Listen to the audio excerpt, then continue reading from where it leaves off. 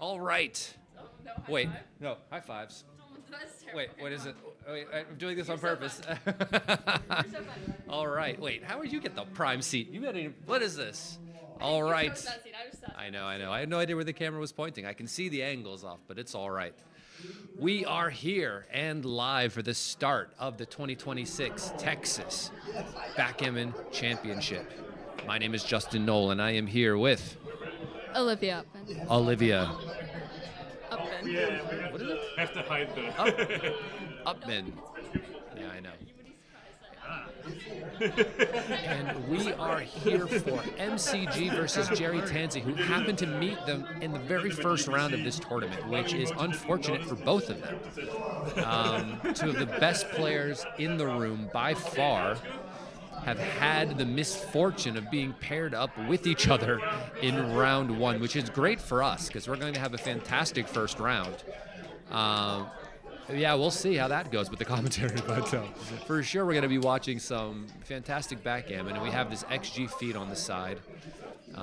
There's just a person actually watching their match as well, inputting every dice roll, inputting every move that they play, and from my perspective, as someone who's done that job before, it is the most arduous job at a tournament, by far. Exceptionally difficult job, so shout out to Bertram. And this 4-1, of course, is just going to anchor and slot, just making points. And the slot is basically the only thing we can do left with the ace after making the 20-point anchor, and he hits with the 4-5. Pretty good roll, of course. Hoping to re-enter low with some hitting number. Okay, entering low and making the 5 is good. Slotting the 7 with the next ace.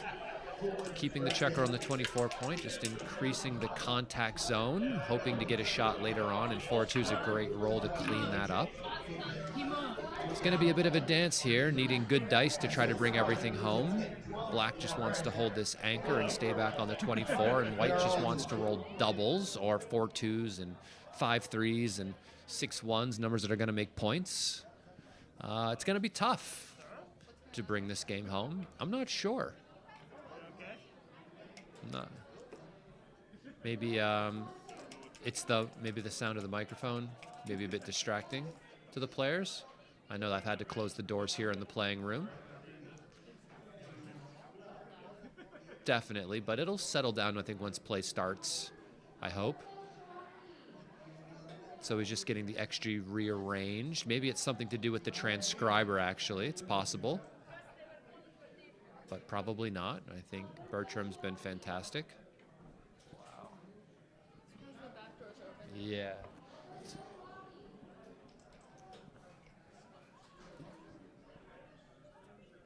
I think Matt knows exactly what to do with this 6-1, though. Just make sure his clock is paused. Okay, good. Welcome, everybody. We have started. I don't know if I can refresh this in some way. Nah, we'll just leave it up. Don't want to mess with it too much.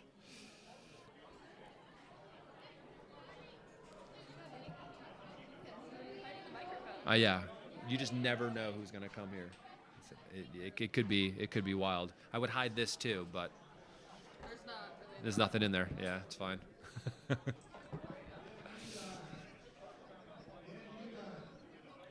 So thank you all for tuning in today. We are in the afternoon session, the start of this tournament in round 1. We've had the UBC that just finished earlier today, where Michihito Kageyama has won the USA UBC Championship. So I told him, luckily for him, he doesn't have to go compete in the Japanese one now that he's won this one. He can just meet us in Monaco. You were there last year, right? How did that go? It went great. You had a good time? Was that your first time? That was my first time in Monaco. I think it was my first time going to a tournament outside of the New York Metro. Okay. But now you're here in Texas.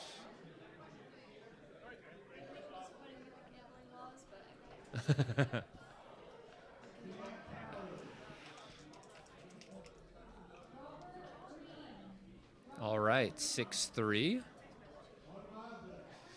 Looks like he just has to slot the 4-point here and cross his fingers. Black on the other side of the board, of course, just building and waiting and building and waiting. The 4-2 misses.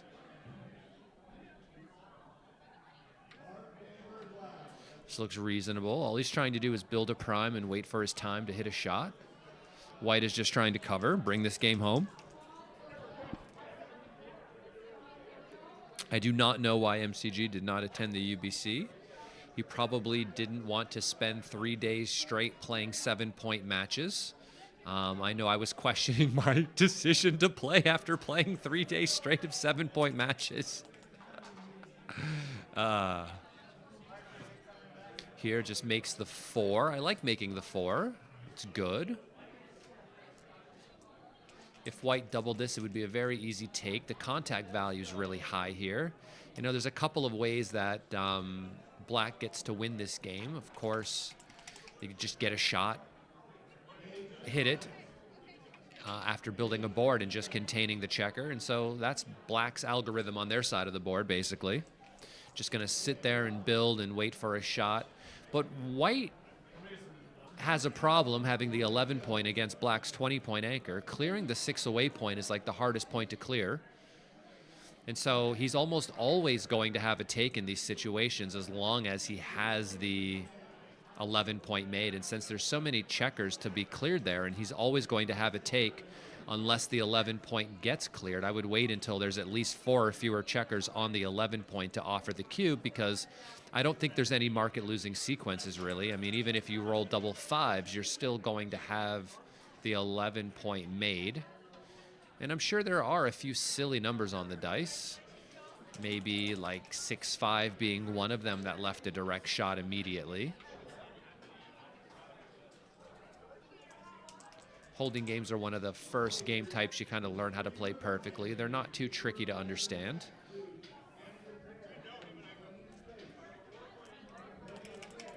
But there are a few key decisions to be had in every one of these types of game plans that can make or break your PR in these situations. And hurting your PR should, in theory, hurt your overall winning chances, but you never know what the dice might do.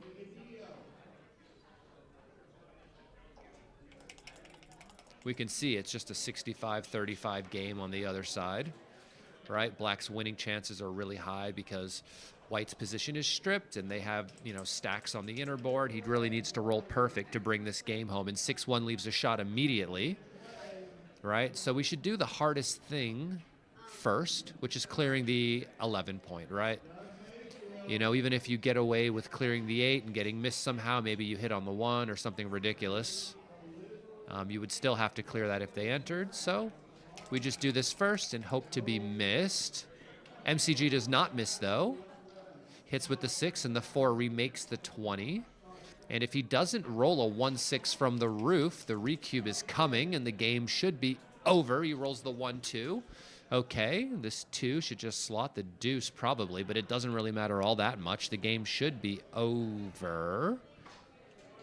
Their 4 cube comes, then the 4 cube goes, and the game is over.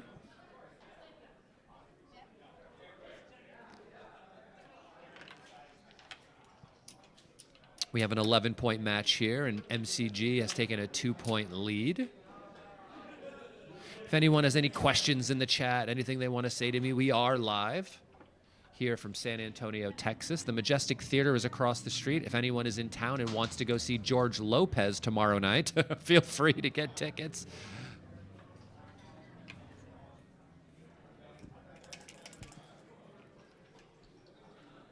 If you wouldn't mind smashing the like button and, of course, subscribing to the Backgammon Galaxy YouTube channel. My name is Justin Nowell. I will be your commentator for the rest of the tournament here. 1-6, nice entry number, hitting with the ace. Still has 1 on the roof, but better than they were before, that's for sure. 4-2. Maybe we enter with the 4 and play the 2 down, giving yourself another builder to try to make the 5-point. One of the things we like to do is kind of work on the distribution of our high stacks of checkers and putting them into use. It's one of these asset and liability models here when we're looking at the distribution of our available material over the board. If that sounds a bit like esoteric, it might actually be. This is also fine, I think. I'm not sure where it is on the chart.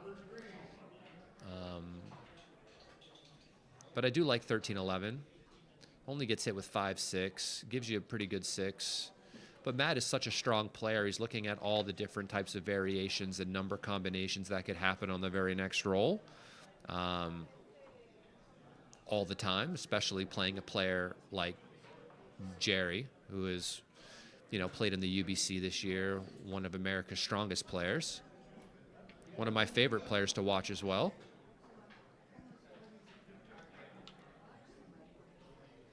I mean, just look at the consideration and the care he's taking on just this one play alone, right? 3-1, okay.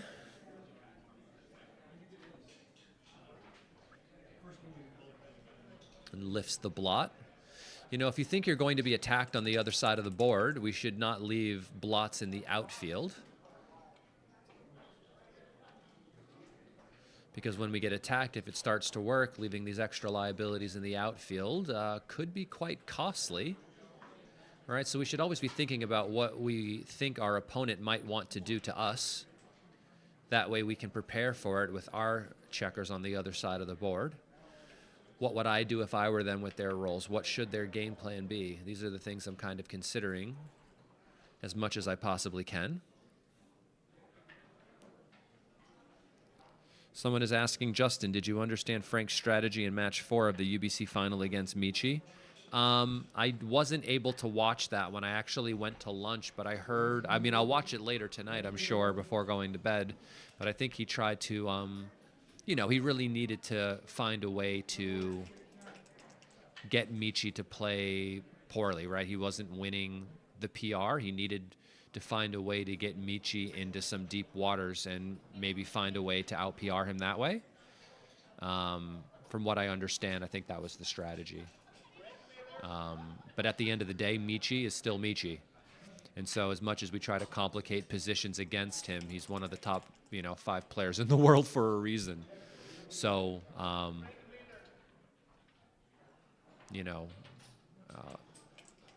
I love playing complicated games against Michi, but it's going to be hard to out-PR him in those situations, especially when he played the type of tournament that he played this tournament, which is one of the best tournaments I've ever seen him play in. His level was so high all the way throughout. I think he maintained like a 2.5 or 2.6 the entire way through. Absolutely incredible player. And one of the nicest guys you'll ever meet. 5-3. This just hits on the 5 points, I would think. When you have your checkers escape to the 18 point, it's not like having your checkers fully escape to the 13. When you have everyone escape to the 13 point, you don't like to leave blots around the board. You want to kind of start to tiptoe and do things to just bring things home, especially if you're up in the race by a lot. But when you're still back on your advanced anchor, you might have to, right? There's still a lot of work to be done to try to get off of the 18. 6-5 fans. Rude.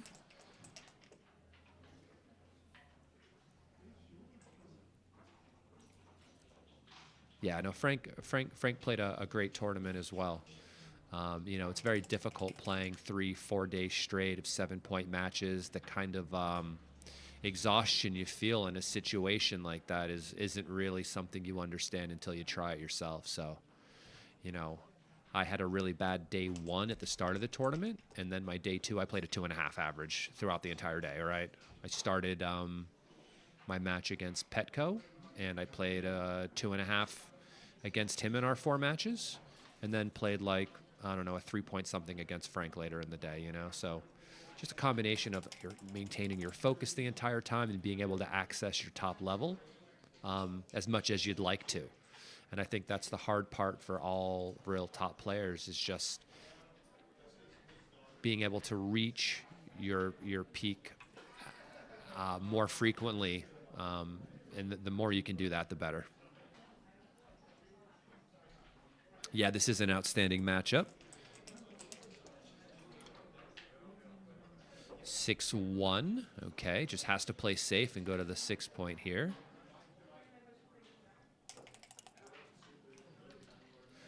We don't use numbers like 6-1 when we have 2 blots on our board to like run off our anchor. It's not something we're really looking to do when we're on the 20 point. It just allows a bit too much counterplay. You know, black might just attack you either way, you know, and it might work. Gives them a chance to beat you that way, which wouldn't be nice.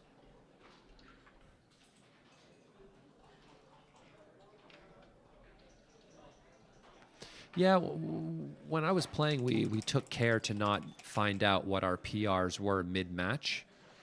If we were on stream 1 and being recorded, it's not something I would want to know, because it might make me feel one way or another about the situation, you know? So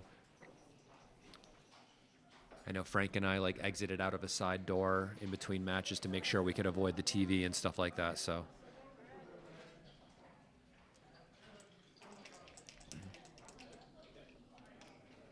No problem, Simon Snyder in the chat. Alex Ashagian in the chat. Nice to see you all here today.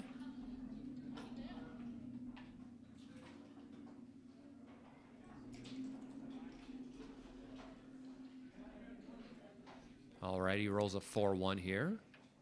He's thinking about whether or not he should be breaking his board or maybe making a play like, yeah, well. Don't really want to kill the checkers. So this does keep everything alive. This is a bit fast, actually. I'm sure he was hoping to be able to have a little bit more time. Now we can see that maybe black's back checkers are looking a bit fragile back there.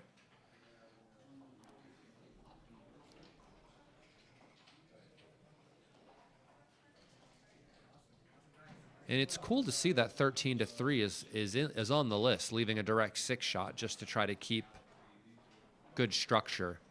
The problem with like breaking the 8, even though it's the best play and leaves no shots, is like, okay, you still have 2 blots in your board, and what are you going to do next? So this does look like a very pretty play and something that I might choose just because it improves my board again. Matt's looking to see if he's up in the race, to see if this 6 might be a market loss, but he doesn't roll it. So here's the 3, and then maybe the ace can play from 3-2. He decides against it, or he's looking at it for a moment. Maybe he's looking at variations where he gets hit and then hits back, and then maybe doesn't want to have a blot in his board if he hits back. One of the arguments for playing 3-2, though, is just improving the distribution of the dilly builder on the 3 point.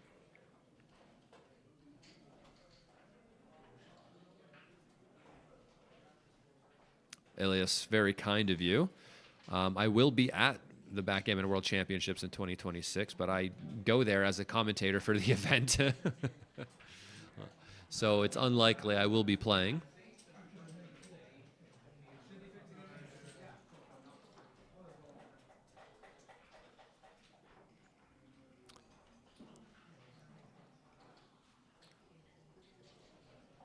I look forward to watching all of Tobias's coverage of the UBC Championship when I get back to London after this tournament.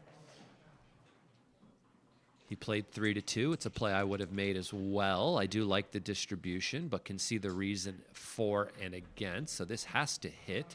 And I think you just have to play 6-5 here just so you don't leave direct shots for him. You know, it looks like a bit of a fragile position. There's some times where we might leave it there to try to cover it, and other times we won't. This enters and hits.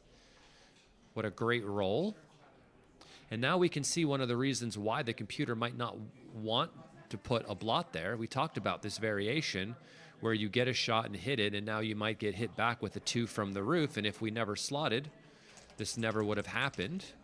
But he might just not roll a 2, and he doesn't, right? So no punishment there.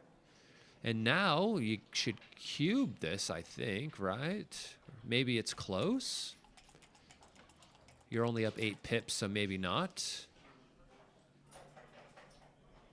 6-4, okay. I guess we'll come out and bring the 4 out a little bit further as well. And if he gets missed now, he would probably cube.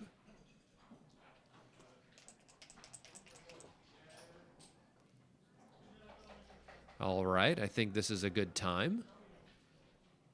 You're up 18 pips. White is on the roof. You roll that ace, gammons galore. Look at White's board on the other side, right? Looks pretty bad. I think Matt is just assessing the race right now. I might have doubled the roll before. I did see the bot said that it wasn't a double. But I am not a bot.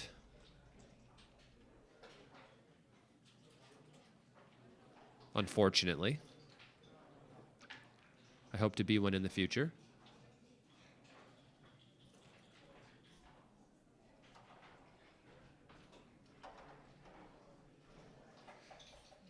But not like an R2-D2 bot, more like a C3PO, you know? Do.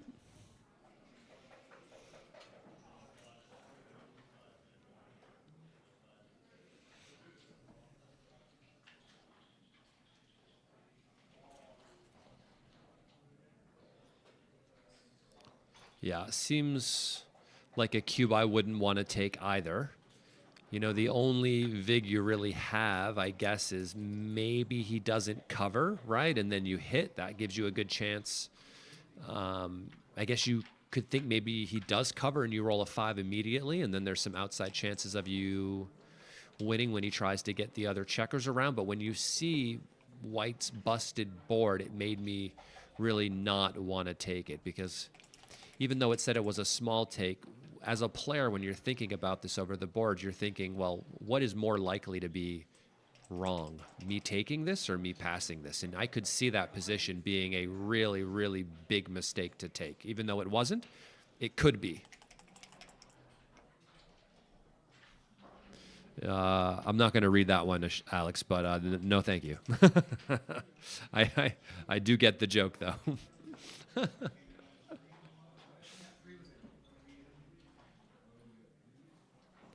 Yeah, I mean, this is a great choice. You know, 24 to 18 or 13 to 7.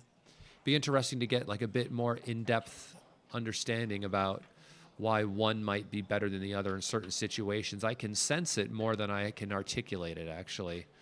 Even though I have a folder of positions, I title which 6 to kind of talk about which 6 you plan to use from the bar, whether or not you want to come out, come down.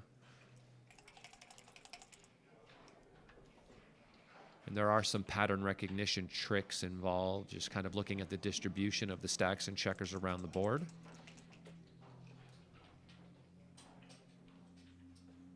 Five, 1. Yeah, that looks reasonable. Creating some priming structure in front of Black's lone back checker. 3-5 is a good roll. We have an option to either point or run out. Running out seems to be the best play. So what we're thinking is, like, let's say we make this play and White enters. You see Black still has a problem of getting his checker out, because that's the most likely variation. You make this play, White enters, and then you look at like what your winning chances kind of look like after the play. And now let's say we do this, right? If they don't hit, how good are you doing? And you're doing great, right? And so Matt's kind of looking at his equity after both variations, what's likely, and seeing how much he thinks he's ahead after the most likely variation, and correctly chooses to run and avoids pointing on White's back checker, right? And so now we can see Matt's doing really good. He's up 20 pips in this race. White has 3 back checkers on a 23-point anchor and a loose one on the 22. Like, his position is very, very, very, very strong. And look, it's already a cube. It's already a cube. You know, it's these types of positions you kind of have to look out for. You know, even though you have no points in your board, it's still very, very, very strong for Black, because the potential of making those points is what turns these positions into a market loss, right? You make the 5, you clean up that back checker and have good distribution with like the potential of continuing to make points because your position is really strong. That's enough. You want to give the cube before you roll the good sequence, right? And then the guy gets stuck with it. Oh, is that legal? No, there it goes. Yeah, back to the 6 point. Yeah, now there's 6 there. We can see why this is a take now. I look at this checker formation here, and it almost looks like a brontosaurus. But what would I know, you know? I'm a backgammon player, not a paleontologist. 3-1, and the market is lost. That roll alone, if he hadn't turned the cube, would of course turn this game into a pretty big pass. 2-3 is not ideal. We see we have to slot the 5 and bring this in. We can't really do anything about advancing our anchor with that roll. White would love to roll an ace before he gets pointed on. 6-3 is 2 down. Great roll to land on the outer prime that he has to improve the distribution, to try to fill in the 4-point next, and then the 3-point, and slowly close him in.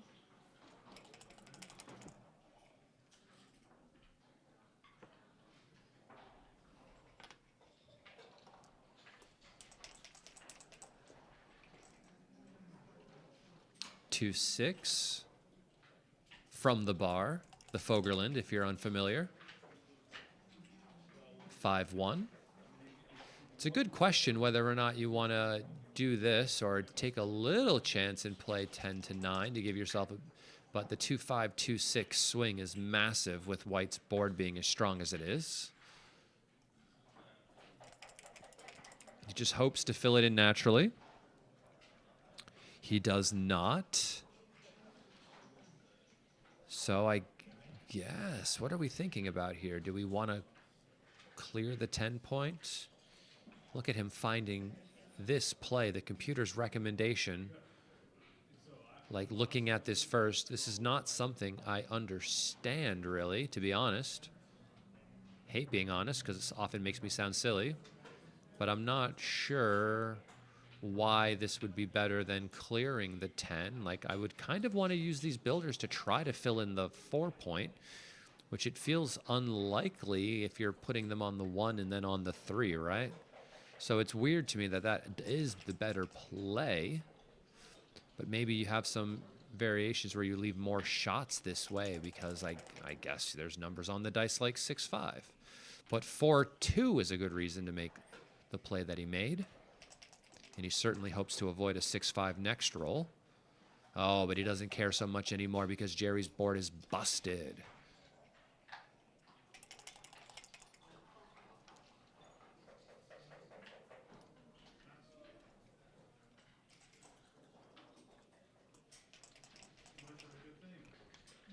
Clears the outside point, and double 3s crunches the position even more.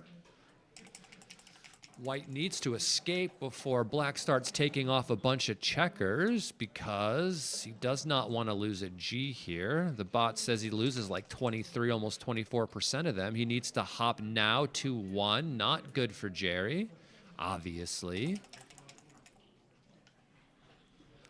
6-3 takes off the checker. Clears the 6-point, which is great. Now we can have a speed board, and the 6 does come out. This will help save some gammons. Matt's looking for big doubles. 6-4, okay. So this, yeah, maybe you just, I don't know. You could play to the 1, which is going to win more games, I think. Because this one is going to win more gammons. And I think maybe you do want to make the play that wins more gammons because White's board is busted. Generally, when White's board is busted, you do make the more aggressive gammon-winning play instead of the safer play, because you don't really lose that many more games once you leave a shot and get hit. When his board is broken, you just enter and come around.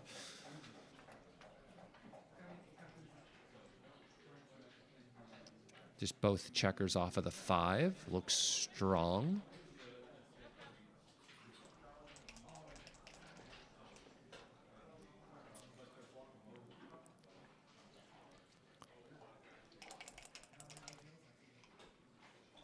6-5, great shot, 2 off. The gammon is looking like it could potentially happen. He needs a big roll here. 2-1 is not one of them. That is the worst. Double 4s. I mean, if he's not careful, a backgammon could happen here, and that would be unfortunate. He needs to leave. He does leave with 1. The question is are you worried enough to leave with 2? Try to head out so you don't accidentally roll a 2-1. Or a 3-1 on the next roll. He's not that concerned. He's thinking maybe he rolls an ace and gets a shot. Matt could also roll big doubles here. He doesn't. So 2-1, 3-1, double ones. These are numbers he does not want to roll. 6-6. That could save the gammon. And he crosses over here. And if Matt rolls an ace or a deuce, he might not win the G here. And he rolls boxes. 4 more points for MCG.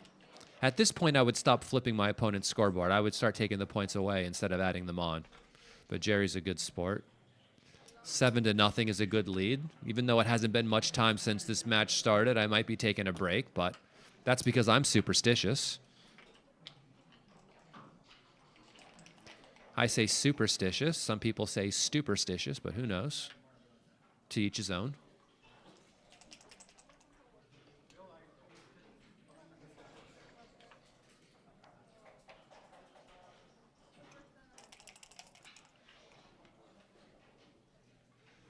Double twos, this is good. And I guess you can make the 11 or step up. Those are the only other 2 options. I do like the 11 point. It is a bit more aggressive.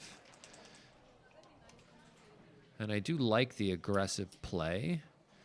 But maybe because Matt's leading so much, he's just trying to avoid entering into gammonish positions at the score. Just trying to lower the volatility and the chance that Gerry could win like a lucky gammon. Which makes sense, right? If you're up 7 points in a race to 11, that you might try to find some more defensive plays that lower your chances of losing gammons. So it's harder for him to come back. That makes sense to me.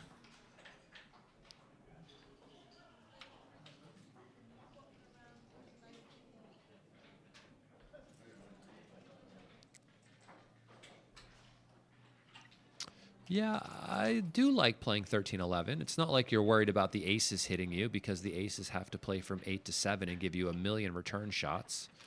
Also, when the 4s and 6s hit you, there's direct connection with the back checker on the 24. So there's a lot of return shots, and you do have the better board, so you should be embracing the contact. So the 1 enters and the 4 hits on the 7 like this. That way, if he gets missed, he can make a solid 5 prime. How is everyone doing in the chat today? If you wouldn't mind smashing the like button and subscribing to the channel. My name is Justin Nowell. I will be your commentator here for the rest of the week. 2-4 enters and hits again.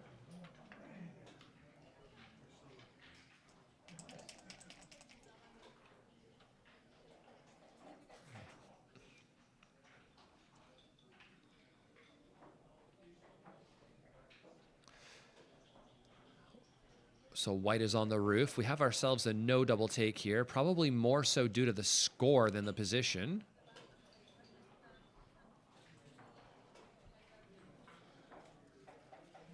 When you're leading by this much in the match, you don't really want to double in situations where your opponent still has a good amount of winning chances. So Matt's just trying to see if he's maybe anywhere close to like 75% winning chances, because then he'll feel really comfortable doubling. But being this far out makes it a no double. The real trick of this is estimating your winning chances over the board, which is not easy. But one of the key skills to try to master in playing a higher level of backgammon like MCG and Gerry Tansey are doing.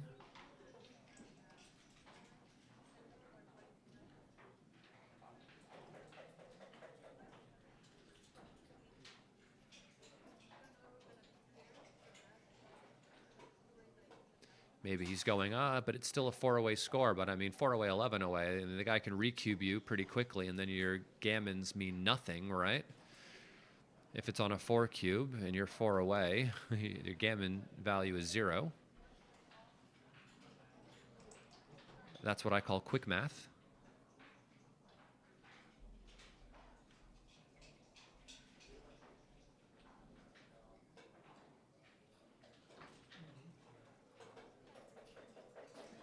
But when you have 7 points and your opponent has none, we need to relax. We need to wait until maybe we have more back checkers out. Oh, double five. See, he regrets it now. He regrets it now, but but I still think it was a very good decision not to. I mean, okay, so let's say you just play on here for an undoubled gammon and get to 2 away, 11 away. How upset are you at that? You know, that's still a very good outcome.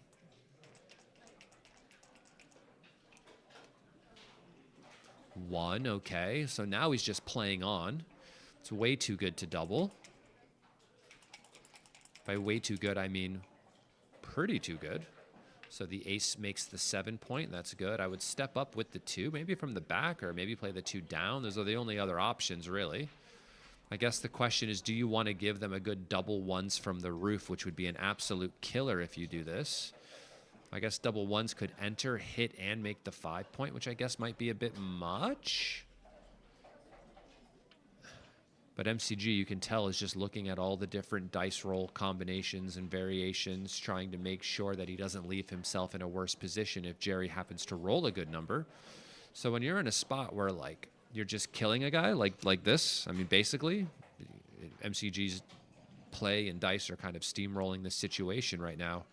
All you're kind of looking out for is, like, what is the worst thing that could possibly happen? Like, what is Gerry's best roll, and how do I protect against that, right? And so he's just avoiding double ones. So now you can play 24-18 and make the 8. See, this is very safe. He goes for the less gammonish sort of play because it sacrifices a lot of winning chances, I think. And here you just win a ton and still win a lot of gammons at very little risk. But there are some spots where you will do what he's considering. You know, but I think the only downside to this, of course, is the fact that, like, okay, what's the worst thing that could happen? And do you really need to allow it to happen? What if he rolls 2-1? That would stink, right? Here, I don't mind just limping home to a win. He already spotted 7 points in a race to 11. How hard do I want to try for these extra 2 when I'm likely to win 2 anyway? I do like the idea of just securing the win and going for the 3rd checker.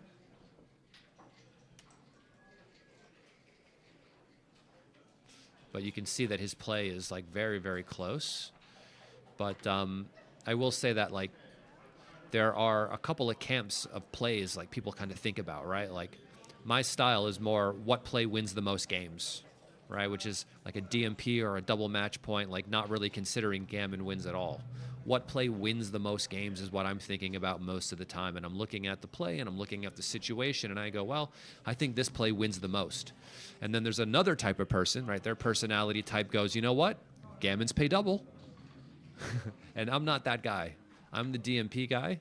And then there's the guy like Oliver Squire. He's another one of those that goes, gammons pay double. And looking at this, you can tell MCG's the type of guy that goes, you know what? Gammons pay double. But he's also a bit more objective, so he'll just go with whatever he thinks is best and, of course, finds the best play.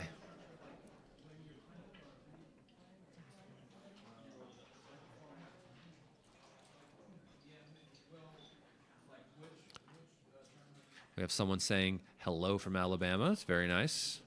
Welcome. If you wouldn't mind smashing the like button now that you're here, subscribing to the Backgammon Galaxy YouTube channel. We are here for the 2026 Texas Backgammon Championships. This is the first round pairing, actually. 2 of the best players in the world here playing in round 1.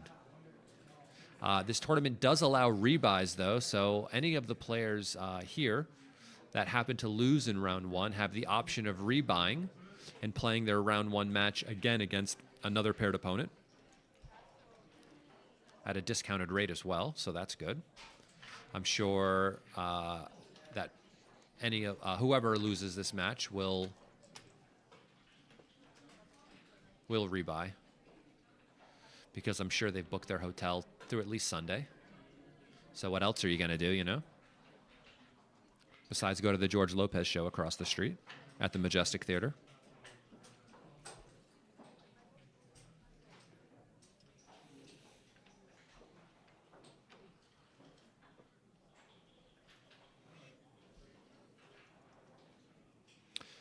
Yeah, Matt is looking at these gammon winning plays instead of the game winning plays. He's considering all of the options, of course. This is a very common theme, something you would do very frequently in money games. I think what is making it a like mega blunder is the situation that we're in at the score, probably.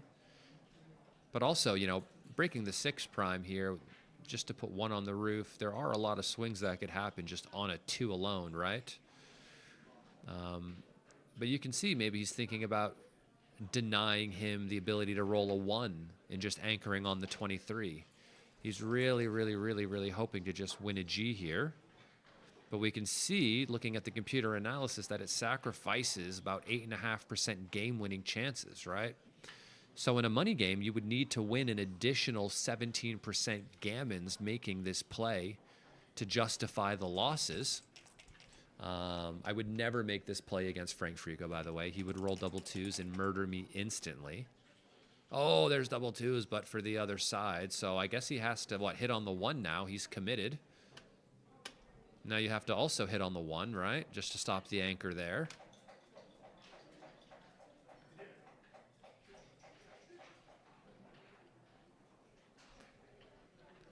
Every time I see double 2s now, I get I'm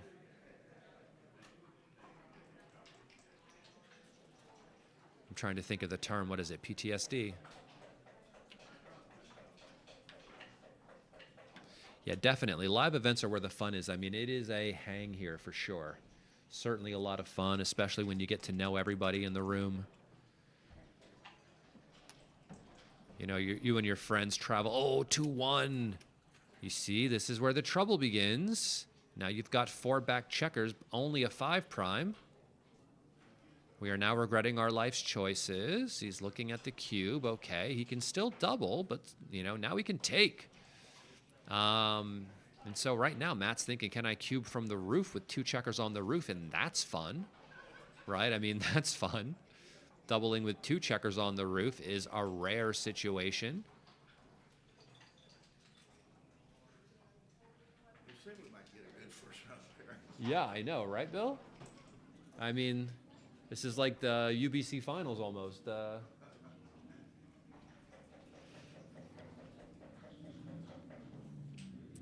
Yeah, everyone's very cool here.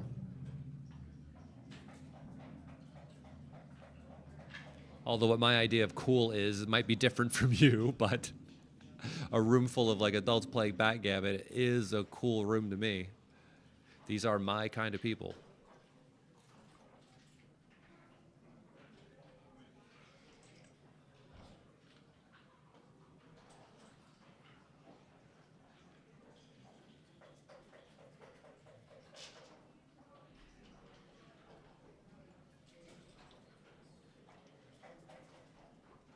Somebody in the chat, I don't know the name, Har Pukam, said his first live tourney, his first draw ever was the legend Steve Sachs. Guess what? My first tournament match ever in 2019, I think, New York Metropolitan Open. My first tournament match ever was also Steve Sachs. It is also a video on my YouTube channel, Justin Nowell Plays BG. Plug. Go check it out. Go check it out. The video is still up there. My first tournament match ever, I think I played like a 3.5 against Steve. I won't tell you who won, just so, you know, don't want to spoil the ending if you want to go watch it, but let's just say it made it onto my YouTube channel for a reason.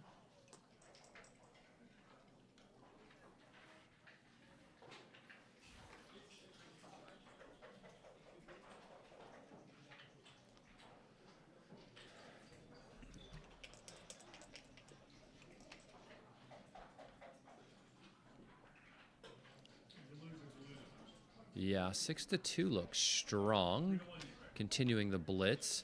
I know he only has 8 checkers in the zone, so it might not be something that is particularly strong, but you don't want that last checker to escape. You do have him outboarded.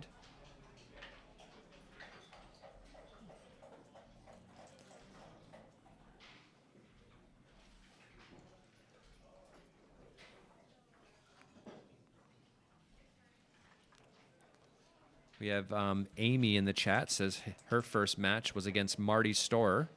It was live streamed, and it was so brutal that the chat gave her a nickname, and that's rude. Apparently, I don't know what the nickname is, but to be live streamed, your very first tournament match ever against a legend like Marty Storer is tough, very tough. So I'm glad you made it through.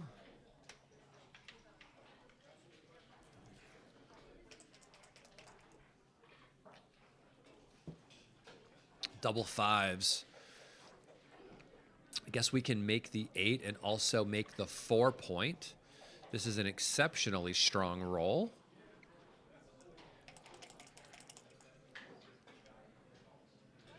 This gets to make the bar, and so, you know, white is really looking to hit on the deuce point here. The cube has been turned. He's down 0 to, yeah, and this has to just attack. This is something that the trailer really wants to do, is jack up the variations where they win a G. And hitting helps because they might fan. I know Matt didn't, but he could have. 6-5, okay. The 6 covers and the 5 comes out.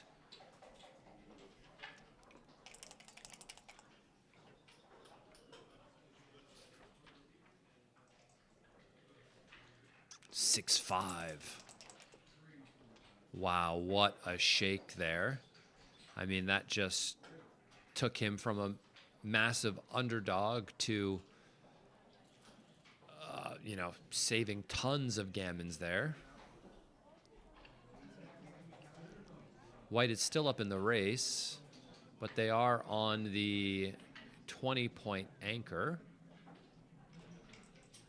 And we can see that the computer is suggesting that we run off of our anchor, which is not something we'd love to do, but when we have a 5-point board and our opponent just has a 1-point board with a blot in it, we're looking for an excuse to kind of get out of there. After the play, we're going to be up 19 pips, right? And so we can sense that maybe we're running out of time. Maybe I like the other one better because the 3 hits and the 3 covers, but maybe double 3s is way too strong then because it would put 2 checkers on the roof and make the 5-point on his head. So maybe this variation is better, even though it doesn't duplicate the hitting and covering numbers. Getting rid of double 3s as like an automatic joker might be better. The magnitude is just different. And this 6-2, okay.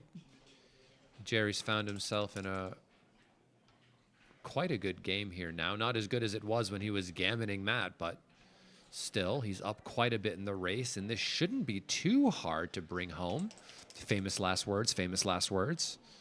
Okay, he gets to clear the 14-point right away.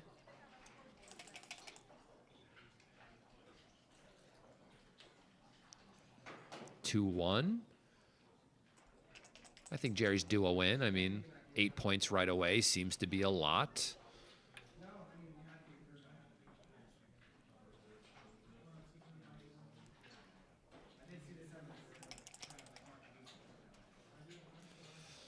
All right, 5-4. I would probably just put this on the 4-point. Matt brings it into the 6. I doubt there's much of a difference. 2 down seems good too, because maybe that could clear the 13-point. Double 6. Not even a flinch from Gerry, but maybe under the hat, it's possible. Followed by 3-1. Okay, we can make 2 crossovers by bringing both down.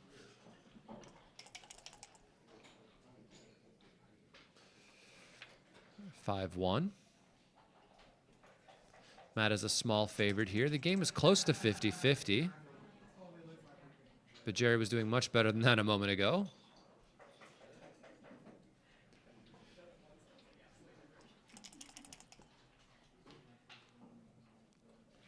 Four, 2.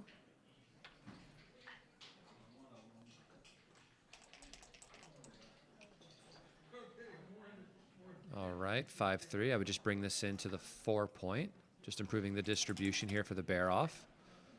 This is also where I would start praying to the dice gods. I know I shouldn't be a superstitious guy, but I've brought incense and crystals. Anything I can to channel the power of the dice seems nice. Nonsense, you say. Well, don't knock it till you try it.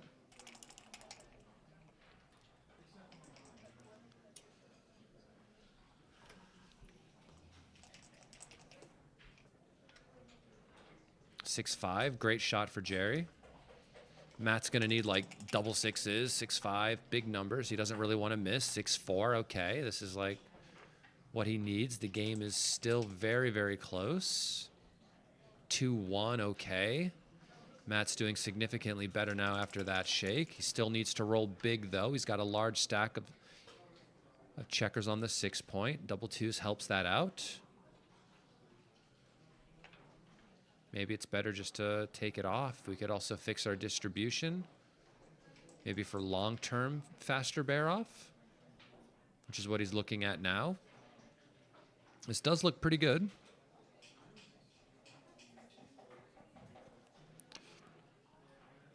This looks worse, actually.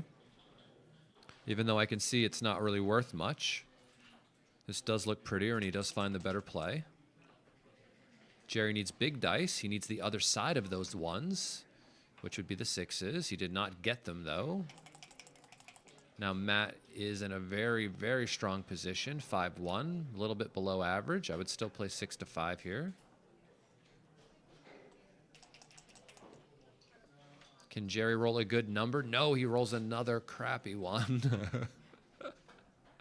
But who's keeping track? That's 2 double ones in a row. If he rolls it again, I'm going to want to change the dice. And by change them, I mean throw them across the room. 5-1, still below the average of 8. I think he's averaging, you know, maybe like 4 or 5 here, which is not great. We can see he's down.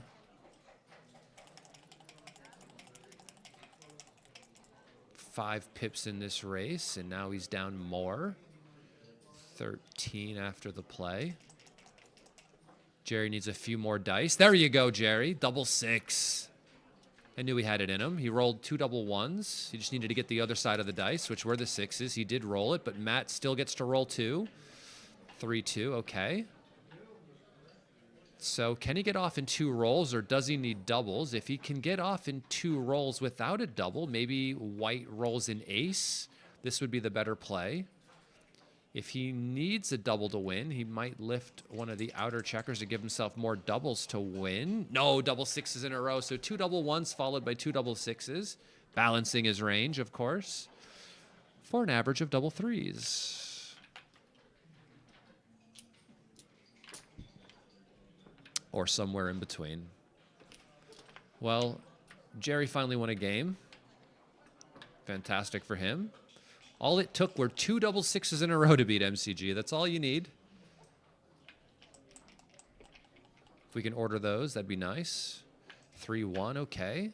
Best opening roll for Gerry to start his epic comeback. Potentially. Potentially.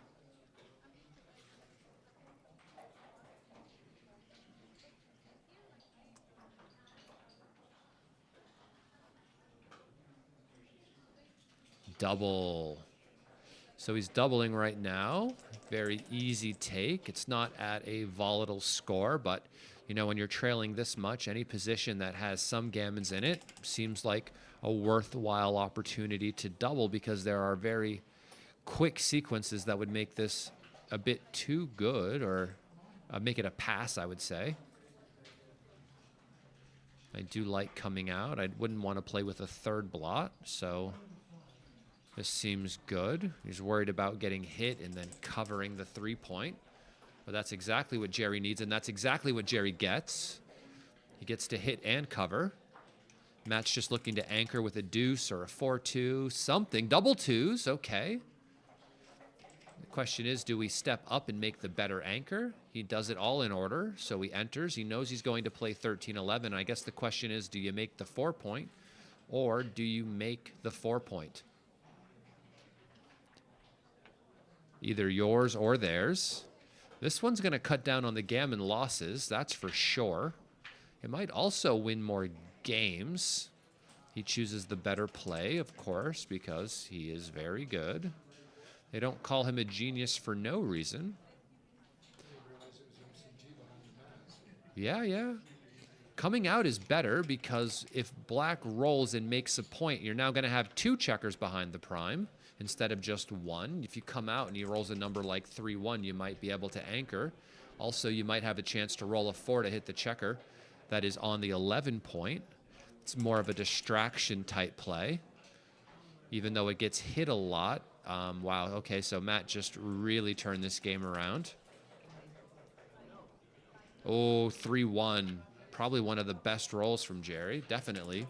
Not probably. Certainly better than double ones, actually, that does the exact same thing because he has 1 less pip to play. So 6-1, okay, this seems clear.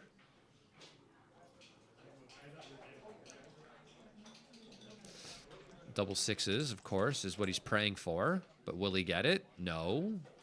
No, 6-4. I don't want to come out. I'll just make the 2 point. Coming out would just allow black to roll over me. That anchor is like your saving grace right now. 13-8 just comes down.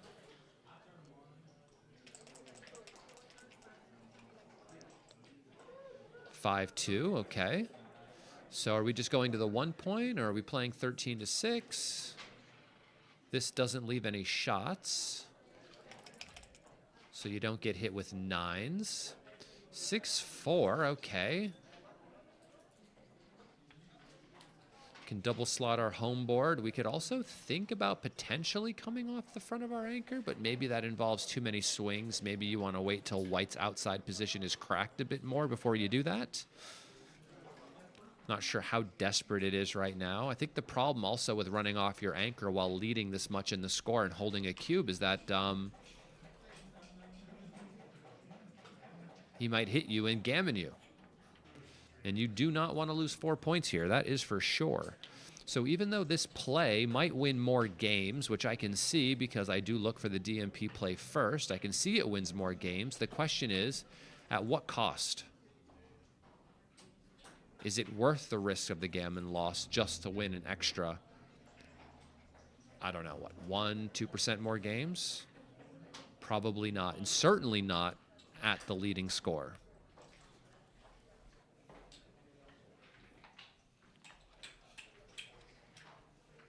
But you got to consider it. I mean, he knows that it wins more games. He can see that it wins more.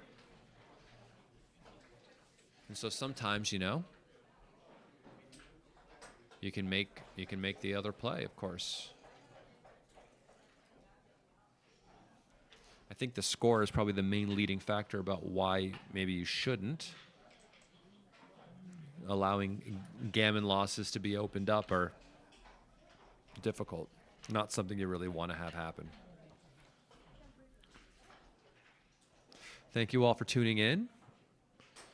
I am Justin Nowell, your commentator for the event for the rest of the week here. If you wouldn't mind smashing the like button, it'd be very much appreciated.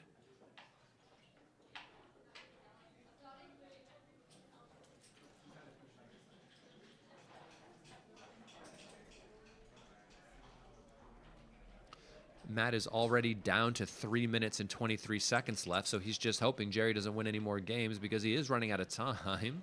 6-1 is a hitter. All right, fantastic shot from Gerry. Now he's just crossing his fingers that Matt doesn't roll an ace back, and a 4-2, okay, that's pretty good. He does make an anchor. He needs another 6. I never roll a 6 here, by the way. I never roll a 6 here, by the way, and then the guy just closes me out after I rolled a good number. It's very annoying. Like, all you need is a 6, and you're doing great. But no. No, I never roll a 6. Never. Never. Never in my life, not one time. That's why you gotta find your lucky dice and then try and play with them every match you can. Do you know when I used to roll 6s in this position? When I wasn't any good. Once I got good, the good dice went away. It's been tough. It's been tough. I'd actually prefer not to think about it. But you're bringing it up. I might start to cry. Just take some of your mouthwash.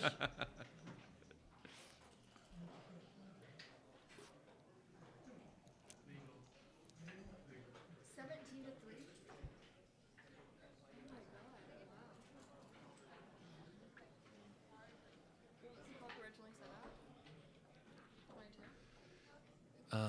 Yes. Yes. So Matt is definitely hoping that this match is over sooner than later, because if Gerry has a sort of a comeback one game at a time and he's taking this time, it could be a problem. Gerry has 17 minutes left on his clock, and Matt does not. He does not, and he gets pointed on. 2-6, 3-5, hit back from the roof. He needs the Fogerland. The 2-6 from the bar. 1-6 from the bar. Very close cousin to the 2-6. They live a few streets away. Anything to make the 3 here. 4-3. Fantastic shot. Now 1-6 is the roll he's praying for. 4-1 covers, so right, or steps up. Yeah, stepping up seems good. If he doesn't roll an ace to make the 8 point, he might have a chance to get out. He might. 5-4, okay. So this does not hit.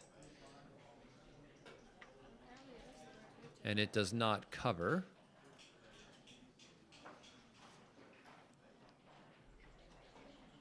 Yeah, I don't think Matt's going to hit. I don't think he wants to break the 7 to do this.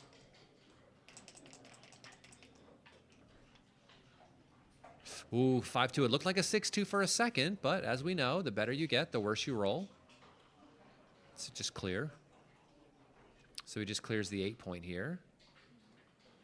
I don't think he wants to leave a shot in the outfield to potentially get hit. What's going on, Neil? How are you? Good, thank you.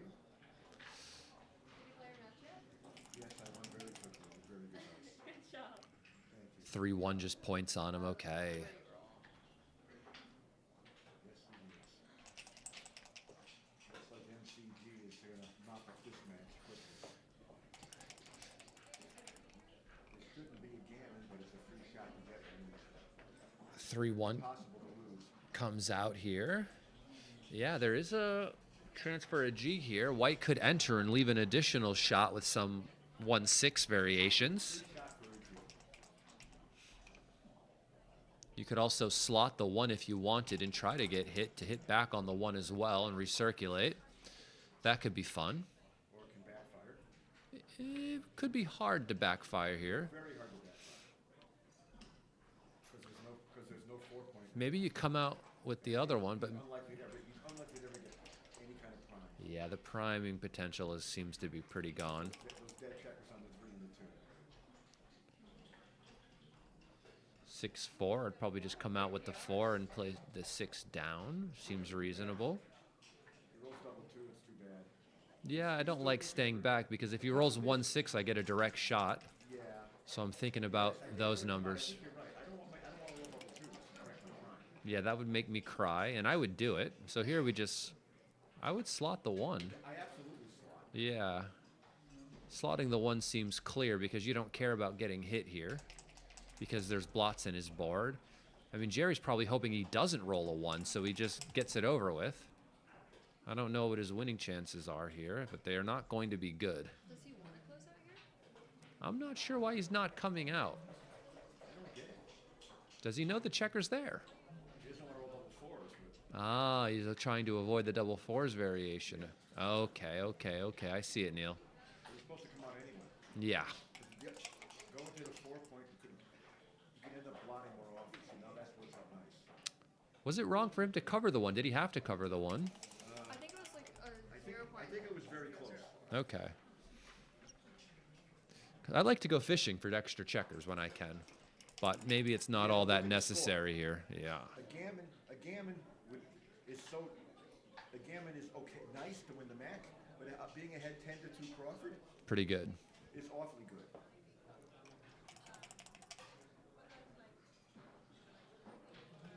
Five, 3. Not unlike once in a while Gerry dances and nothing gets gammoned anyway. He does. Double 3s. I would just rip 2 off. I'm going for it. So hard to lose, and they're a little extra for the gammon. Worth the slight risk. Gerry needs a 6. No, he doesn't get it. 5-4. Okay. Now he wants to fan. I think. I would want to fan. But I'm sick. Okay. Now there's a chance for a shot, and any shot he could win. 6-4, okay. A 4 would help. Double 6, okay. So that's going to save the gammon. Matt has no reason to cash. It's still in a freak sequence. Matt still wins it. He can still win again. 2-1 doubles. 2-1. That could happen. Double 2s, okay. And just slot the 4 point just to avoid the fact that double 4s might cause some problems. So he has to slot the 4. Now no numbers miss. And he picks up 2 points. And now we're at the Crawford game. So at the Crawford game, Look at the PR. nobody can double. Look at that PR. Yeah, Matt's been doing very well. That's how good that guy can play. It's incredible. Bunker players now that can average under 3. That's true. A bunch. And Olivia's hoping in a few years she's one of them. Right? Crossing my fingers. Crossing your fingers isn't going to get it done. Sorry. A lot of studying. Lots of studying to do. Hard work, dedication. The thing is, I also need to balance school. No, there are more important things. Fencing. Fencing, yes. I prefer roofing. I would have made the 9-point set. Such a dad joke. And just bring it down. He's looking at hitting because Matt has all those builders, but that extra spare checker on the 8 is nice. Good play, Gerry. All right, this just makes the 5 point. Seems pretty clear. Nice advantage as long as it doesn't get pointed on. White has many good numbers here. 6-3, not one of them. I guess the question is, if you just hit on the 4 point, well, you could potentially run. Running might win more games, but this hitting play seems very strong. I would have hit them. I'm honestly surprised running out and leaving 22 shots was that close. 6-5 fans. Seems to be the tail of this game here. Making the bar point seems very, very good. This match is looking like it's going to end big advantage match. There you go. There you go. 3-2 enters, makes this advanced anchor. 3 anchors, and the 5, I guess, just brings this in. Looks like good distribution here. See how close running was there? Running was close. Because MCG can't hold all this, because MCG will be breaking points soon anyway. I would want to come up with the ace. The problem with this, though, is you might get pointed on. Very close though. The bot wanted to slot. Well, very strong play by Matt here, recognizing the tactics of the checker on the 1 point. Recognizing that he's 34 pips ahead and you want to run. 2-1. Just make the 5 point. We could hit. So many things you could do here. They're all close. I would, so tough. How are you finding a way to win this game when it looks like it really sucks? And everything seems to be very close according to the bot. Yeah. I'm playing 8-7 and hitting.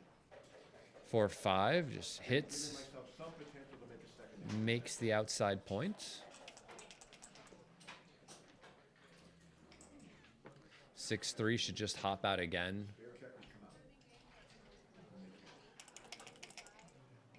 Just controls some space, gives him a few more bad numbers if he rolls any of them. But he doesn't. MCG hasn't seen a bad number since I've been watching this. Yeah, he hasn't seen a bad number since I've been watching either. I can tell from the score. Look at his time though. Yeah. Although, it seems unlikely that it'll be a problem. Well, what if Gerry starts winning a couple of games? The way he's rolling, that's a big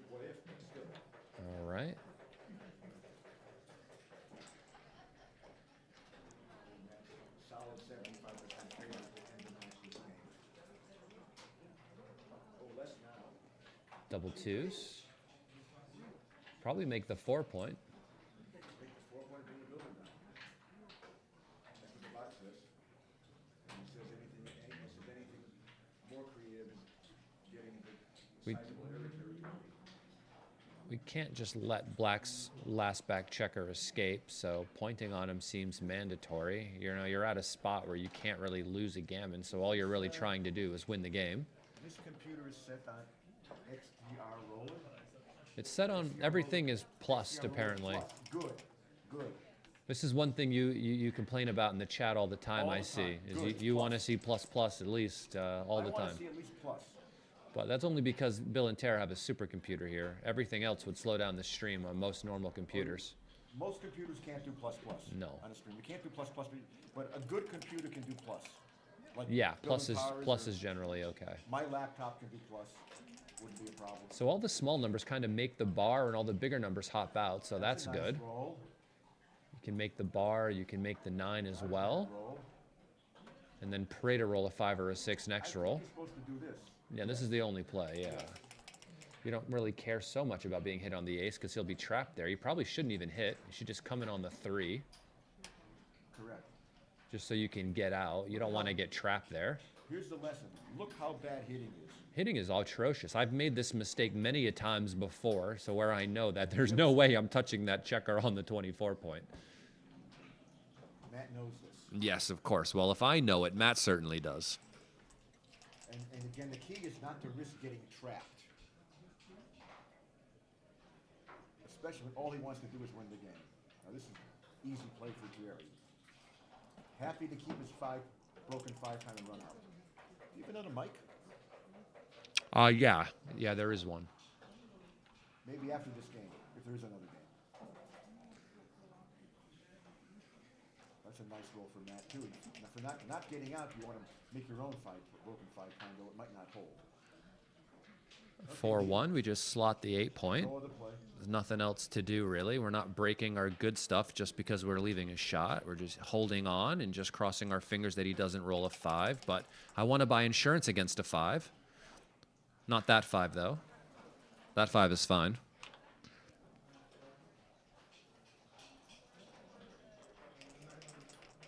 White needs a 5 of his own. Double 3s makes the That's 3 okay. point. That's pretty good for now, but you still Now need an even game. an abundance of 5s. This has come back to an even game. Well, that's because if he enters, he might crack. And that's what that's where the real winning comes from. But if he keeps fanning, you need 5s. 5-3 is fantastic. Now he comes out with that and tries to make a full prime. He would like Matt to roll an ace. Ace, and he does, and he has to cracks with a 4. crack, and the we have Gerry as a big favorite. I think he rolls a 2 here. What do you think? Told you. I'm pretty sick. I know. You have to hit. Can you call the numbers I need also? Maybe I could pay you to. Yeah. No. I'm really good at calling the numbers. Yeah. I'm really good at it, actually. You can feel the momentum shift here a bit. Matt looks like he's about to get gammoned here. As long as Gerry can exit, the 5 should come out for sure. And play to make a prime. Yep. The bot likes 8 to 4. It does. I think it wants to pick up the checker with an ace, really going for it. But I would over the board make your play for sure, I would make my play over the board. with the aim of trying to make the 8 point. Because, yes, But I guess I think the problem is your 5 might want to hop out, and it might not be used to make the 8 point anyway. it depends. Well, it depends if he rolls a 2 or not. But he's thinking about The it. other thing is he's dodging 2-6, but by staying back, he's paying off the 2-1.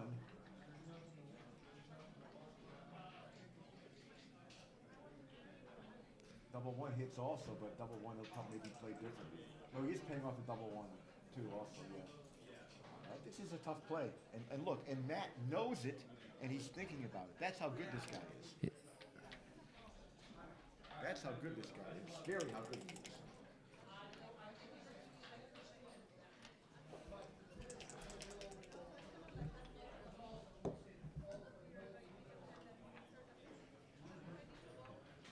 Thank you.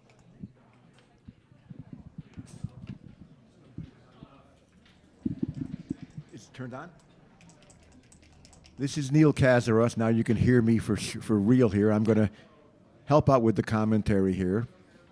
For those of you who don't know me, I just learned this game about 5 minutes ago.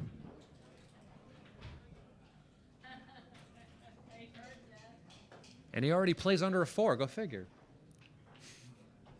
Beginner's luck. No. And he's staying there trying to get an extra checker. He doesn't. An extra checker is nice, but he doesn't really need a gammon at the score. All winning a gammon would do Maybe it would drive up the is BG take away rate. the free drop. Maybe it would drive up the BG rate getting a third one, potentially. That's probably what's going on. I think you're right there. This just slots the 2, probably. That's what I would do. I would slot the 2 point. It's very close. Yeah. Just seems to be the idea here, because he would never hit you with an ace in his life, you know? Unless he rolled double ones. Well, he might hit you with an ace and hope to make the 2 point, but still that's a bad It game. would be a mistake, I think, to do Now so. you slot the 2. Yeah, you have to. Getting out is close, but you slot the 2 here. Yeah, I don't know why he's not slotting the 2. I think it's a very common pattern in these situations to do that, especially when there's no downside to it, like here. You don't want to get in a situation where the 2 isn't slotted and you roll something dumb. Matt is preparing to kill 5s. Matt is trying to keep a 5-point board as best as he could in case a shot comes up in the bear off. That's the point of Matt playing 6-3 there. However, now I think you got to play 4-3. You need that point in spite of killing 5s. Double 3s. Everybody in? And then maybe just 6-3, just Just clearing the 6-3. outside point. This is like fairly ideal structure here. That's a less than ideal structure there. Yeah, that looks pretty bad for Matt. When you have a position that looks like this, you need to mess up the board really quickly and run away. No, just take 2 off. What are we doing here? When the black's board looks like this, we just rip checkers off. For sure. You rip checkers here in case you get hit later. You have more checkers off. You also rip checkers here because a gammon does take away the free drop. And wouldn't a BG be nice if a miracle happens? Staying alive. And also by ripping checkers, he's preventing himself from losing the race against boxes. 3-2, just cracks the board some more.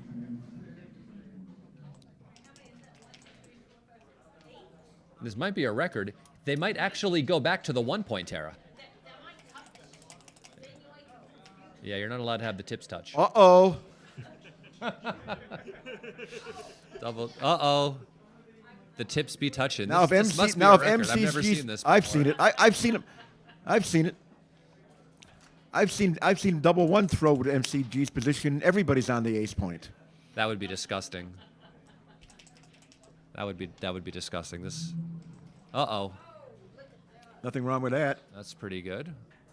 Oh, What it was is he doing? 3-2. He thought he rolled double 3s. It's double 2s. I thought he rolled double 2s. It is double 2s. It's been a long week of backgammon, that's for sure. This is certainly the way we're playing it. We're taking 2 off because anything else would leave a shot, I think. Hey, get off the BG there, MCG. Good. All right. Hit him. We hit him for the gammons, that's for sure. But the gammons don't have any value, which is why it's close.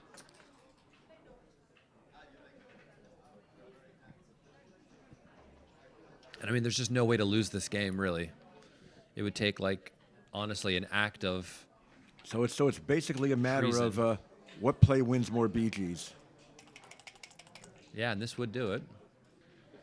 But And that's very that. unlikely.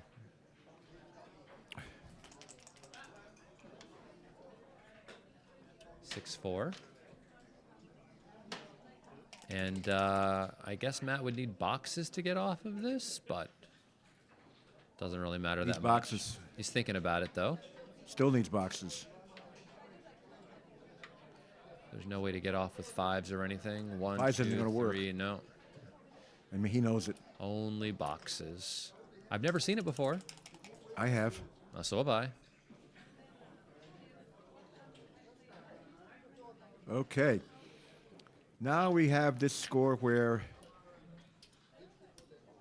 Gerry probably won't double immediately. Yeah. No, Gerry should probably wait until he has market losers before he doubles. I was playing Kimon in the UBC, and he didn't double me for a while. In the UBC, people do not double here, so they get more decisions. Gain extra decisions. So they gain extra decisions to improve their PR. There's also a chance you get to a spot where the guy does actually make a mistake, even Absolutely. in the UBC. Absolutely. Mistakes can be made. So we got to a position in our match where when Kimon doubled me, the equity when I took was actually 1.00. No, everybody note the correct 5-3 play here. Yes. And see, also note there weren't any market losers here, but he doubled anyway. But he wasn't gonna chance, you know, that maybe he rolls a double 2 and flunk and pass or something. But What's sick is that 6-5 was the better play there at the score. yeah. Tough to find.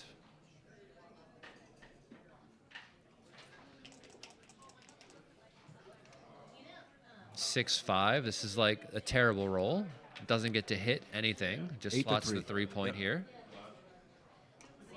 Now Matt wants to roll a 6 and link up. He And does. he does. And that's going to be better than pointing on the 2-point. For sure. Escaping checkers and running the back checkers out wins more games. And since Matt doesn't really have the ability to This win is a nice gammon position for Matt if he's not hit, because he's likely to make an inside point or make a 4-prime. Those 2 checkers are sitting back there. They're not anchored. And this is not so easy for Gerry to play. He found it, though. The bot likes that, and I think that's the right play. Clean up the board. Well, he's not really down Try in to the make race a better. very Try to much. make a better anchor. You're not down in the race. You weren't anyway. You are now. Now you are. A bit more. And if you sat back on the 2-point and the 4-point was made, you had a bad game anyway. Great shot. 3-2 from the roof, making the advanced anchor. Gives him some stability in this position. That's a nice roll because it brings builders and leaves only 4 shots. He rolls it. And he rolled it. A 5-2. There it is. Hits outside. 5-4. He hits back. He does hit back. It's a very good shot. Prone to a couple jokers, but that's life. 3-4 just enters in. I guess we have to hit on Have the to hit. There's no 4-point. other play. Anything else just loses. And this might lose too, but at least you went out on your sword. Yes. And lift Matt that. hits back. He lifts the outside He checker. doesn't want too many blots. Doesn't want to lose a gammon at this post-Crawford score. That He's would going to be- get hit again. Yeah. Maybe it works this time. Maybe. Maybe not. Well,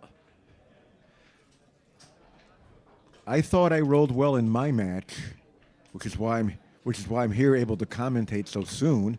But Matt may be rolling better than I did. What was the score in your match? Well, it was 11-1. Oh, and the 5 points made. All right. Well, maybe we go to the 6. That's possible. I like that. It's always nice to have a spare on the 6. When It's also maybe duplicating the 6 if you stay back, so he can't like necessarily hop out with the 6 and hit you at the same time. This gives him a good 5, which I would don't play like. I would stay back and play 8-7. I want these spares diversified can matter. The 6 When is it also gets, our when important. when it gets tactical. And Now he it's- doesn't have a really good 5, Yep. and the 6s are always going to He be doesn't have good. certainly doesn't have a good 5-4. And that makes a big difference in these situations. gotta smack because they're away. Very tactical. Yeah, I mean you can't lose a gammon, and you You just can't got let to him run smack away in a one-way gammon situation.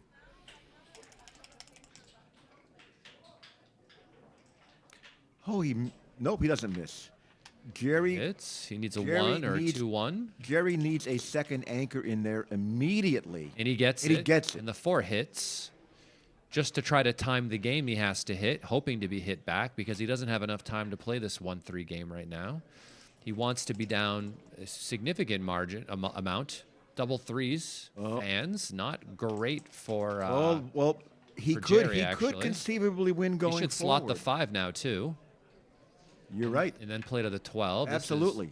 This is back game He's strategy trying to 101. get hit. Double ones wants to hit nothing, but I think he has to hit one of them. Maybe Bot not. says no. Good. He doesn't want to hit any of them. Look to be at this. honest. None of the hitting plays are close to right. Well, it's because if he times the game, he has Exactly. a good game. You don't hit him. In this game, being down 35 MCG has pips, enough spares it's like to resigning. not hit. The game is basically over if you're only down 35 pips in this game. You want to be down 80 pips Yes. in these sorts of 1-3 games, maybe 90. I would want to be down 100, which is why he's leaving all these blots and trying to get hit. Down 100 pips. Down 100 pips when gammon and backgammon don't matter is a good place to be. Yeah, because with good timing in this game, if he had good timing, if he was down that amount, it would be a very close, like 50-50-ish type of game. But until he gets that timing, I mean, Matt makes a fantastic play hitting nobody. This 2-3, I mean, maybe you make the 4-point here actually, You definitely make the 4-point. because he might roll something stupid actually and get himself into a little bit of trouble, Like and then he'd be forced to hit just to come out. Something stupid is double 5 or double 6. Double 5 is really stupid. It's funny because the computer in these back games likes to do these sorts of efficient plays, trying to get hit, but it also does like to make these points sometimes. Yes, because you make stupid numbers for the opponent, and then you can end up, the opponent rolls one of those stupid numbers, you end up winning the game going forward. Because his forward position starts to crack with the back checker still back there. And it still doesn't mean that at some point when you have run out of time, next roll for sure you can't leave a bunch of blots and get hit anyway. Mm-hmm. This is tough, but you make the 4-point. Yeah. I think he will. I think he will too. I mean, he's definitely played a ton of these types of games where you see these patterns. And so, I mean, once you see it and you've made the mistake a couple times, you learn to kind of go, well, okay, this is what the computer, my computer overlord wants me to do. He gets it. 3-1. See? Now he's kind of forced to hit just to get out, but he doesn't even supposed to hit. Look at that. 12-8, just allowing him to crunch the double hit is what, the 6th best play? Okay. It's only a small error though. Yeah, it's a medium-sized one. And again, But- and again, MCG doesn't have any time. Look at the time now. MCG is in extreme time pressure. Oh, double ones is funny. He would have preferred to have rolled something to slot the If 2-point. MCG loses this game, he was going to be playing speed. He doesn't gamer. want to enter with an ace. Double twos. Oh, This enters, hops up, hits on the 5, but it doesn't want to cover. It doesn't want to cover because you can't. it's very close to cover. Is it really? It's only .008. Look at that. Covering is the second play. It's very close. Yeah, that's tough. You kind of want him to roll and just get home so you can play this game because you've got the timing you need now. Yeah.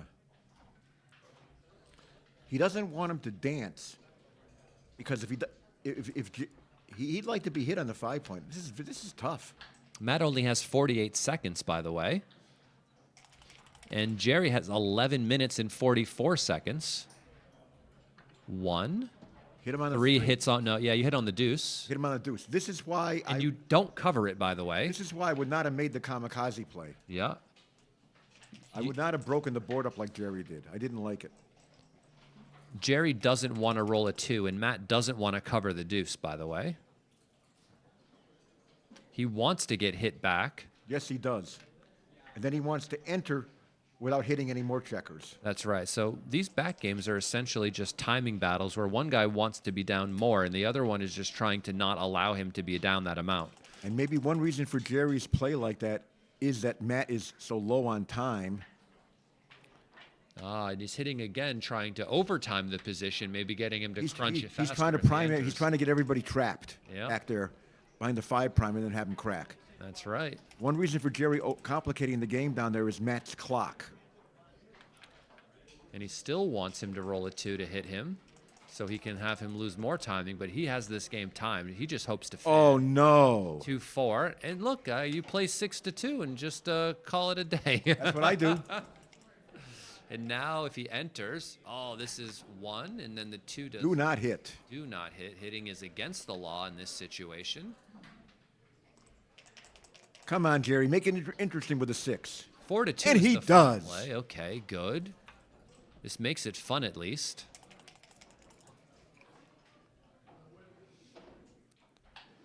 Yep. And then maybe you could play 4 to 2. 4 to 2 is the fun play actually. It's not fun for me, so I wouldn't play it. Well, these You? back games you have to step up with the ace on the 24 to get it to the 23. Yep. That's for sure. And then do whatever you want with the other one. Find the I other don't ace. care, yeah. He's got plenty of time to look at all kinds of You can make your nuances. board if you want. I think that might be useful now, actually. Because maybe you kill your 4s in the I future. make the board. I once make the you- board trying to kill 4s later. That's you the right come idea. in. 5-2. Very key for You should maybe hit, possibly. You should hit to make that checker come in and crack. You want that checker to go to the ace point and make the ace point. Gerry wants nobody on his ace point. Oh, There goes one to his ace 5-4. point. Yeah, he never wants to make the ace Now, point. now in Matt these is games. really happy he didn't hit because that 5-4 was a poor roll for Gerry. 4-3. 10-7, 8-4. Yeah, that's much better distribution. Yes. And if he rolls a 6 now, he has a chance in this game. 6. 6. There it 6 is. up. Fantastic. Just keep it moving.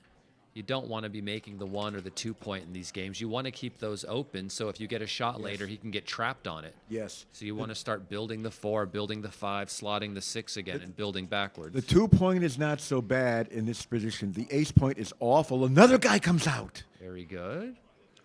He's got a game. I would play the 3 down just so I can maybe cover the 5, but both plays seem fine. Doesn't matter. Any 6 you roll in this situation is fantastic, Gerry's back to an even game almost. which is crazy. Gerry's game here is better than the computer thinks. 5-3, so he leaves a shot, but I'm not even sure he's not going to hit even if he rolls a 5 right now. It's He's too going to early. hit it. He's going to hit with a 6 if he needs to get that guy out of there. He doesn't have to worry about Not going to hit with a 4-3 because he didn't I roll the would right make number. the 4 I make the point 4 again. point also. Yeah, because you want to build backwards now, and making the 4 point is strong because there's a chance there is a shot you might want to hit soon. 6-3, okay. I mean, you could almost play. Come on, 7 Gerry, to, one you more could, You 6. could have almost played 7-4 there and left both blots. To be honest, I didn't see the result of the computer. I didn't play, think But I don't think it's 7-4 right. might have been a good play. Yeah. How could he hit you? True. How can Hit he you with what? Yeah, true. So you get to clear the 7 point before he builds anything. Double 3s. Okay, he only gets to play the ones that come in. This is a hell of a game. Okay, so do we start making a point? I can't believe the computer's recommending 2 to 1. I don't recommend that. Do not play 2 to 1. Yeah. No, no, no. No. No, no, no, no. You do not play 2 to 1. Because a lot of your wins are going to come by catching a second checker. I don't want to be the guy that's saying don't do the computer play when I just played a competition where all I wanted to do was make the computer play, but do not make the 1 Well, point here, please. I'll say a little bit about these UBC, BMAB, and stuff like that, even though I'm on the BMAB board and stuff. When we get the next generation bot, hopefully understands these, complicated back game things a little better. Okay. This Then we'll all learn something. This is great. It's exactly what he wants. He's looking to hit a shot when he starts cracking. He's looking to not crack. You got to get out of there. Get out. 4 or better. Thank God for 4-2, Gerry he got great. out. Gerry then wants to slot the. Here it is. Oh, there's Now a this shot. is going to get hit this only gets hit if it's legal. There it is. There's the 4. So we hit with the 4, just in case it doesn't work. I bring We both still guys have the out. 24 point. Bring both guys out to avoid annoying double hits.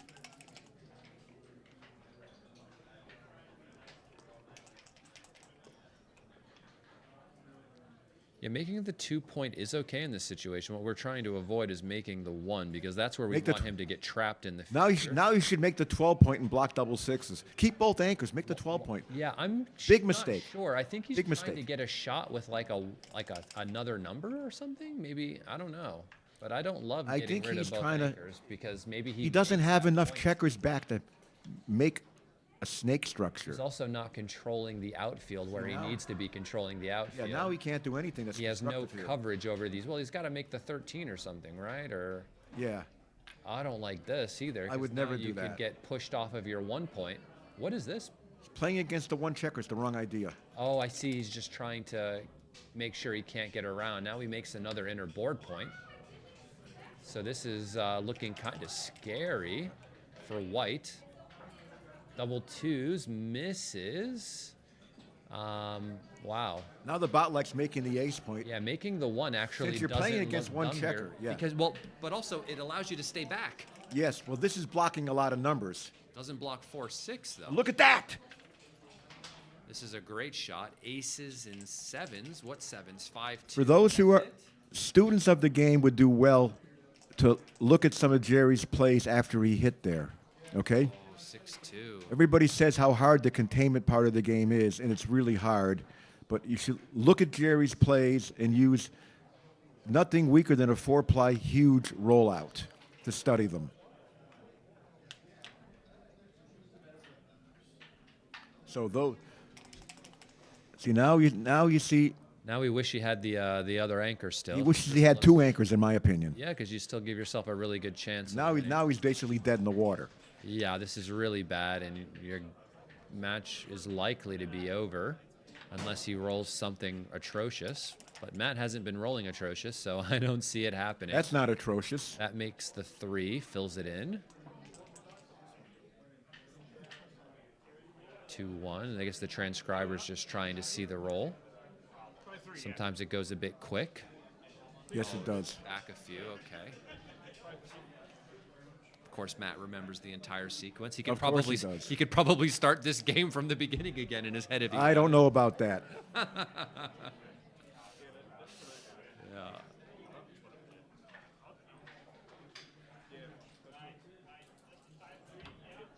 Is that where it came from? I thought it was a 4-5 or something, and it was. No, it was a 3-5. This is legal. Okay.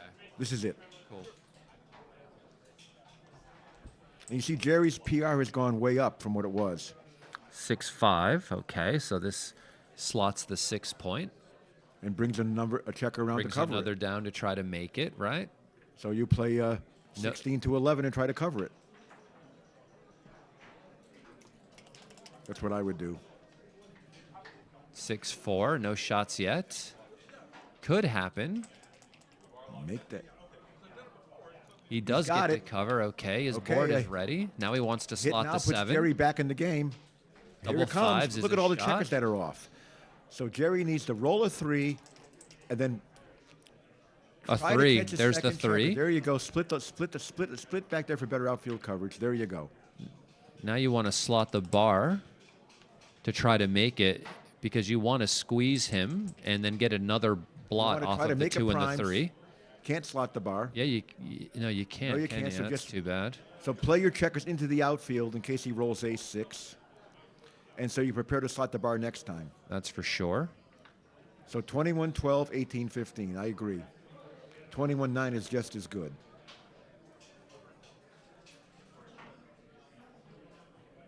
This is what I would do. Something like that. It hardly matters. Protects against his best number. Now he wants to put a checker on the 7 point. There you go. He gets 2. And I guess the 3 just comes up from here. You don't want to put 2 checkers on the same point in this situation. 3-6. He's not trying to cover the 1 point, by the way. He no, wants no. the 7. He wants to fish And he for makes another it. checker. He gets it.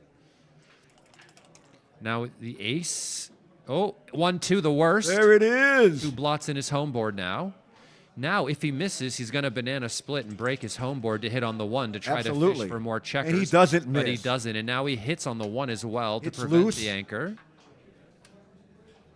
Now you try to look for a way to double 5 still works. Double 4s, you're looking for bad numbers. 2-6, okay. You just want to cover it because you're in the upper 80 percentages to win. Yeah, white is a favorite here. I play 12-5 with more cover numbers. Yeah, I like this as well. There's no need to make the bar, really. You just want to cover. And if he enters, you want to be able to have more numbers to slash and hit him on the 1 point. He almost. There it is. Big favorite for Gerry. Gerry's a big favorite. Gerry is a big favorite now. He's 85% to win this game, according to the bot. Makes it even more so with the blot on the 1 because you can be a bit more aggressive in the bear off.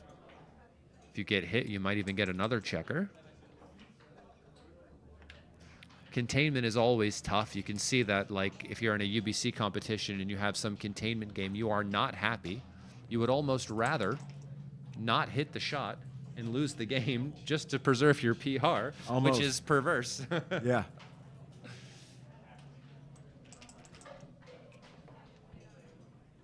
Double 4s rips 2 off. Yep. And I guess we just keep the board closed. Keep the board. Go to the 1. We don't want him to enter with any numbers. We don't want him to enter, Gerry. Double 6, you would die. You would die if you rolled double 6 right now. I would die if you rolled double 6 right now. And I don't want to die right now. I would puke.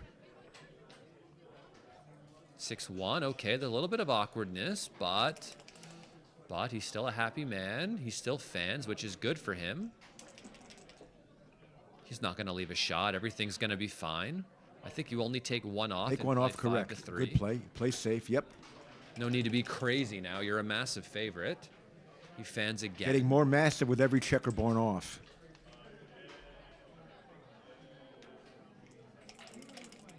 So there was a bit funny when it came to like the outfield coverage, but when it came to how he built his board again, It was beautiful. It was the way he rebuilt it was beautiful. Yeah, it was textbook.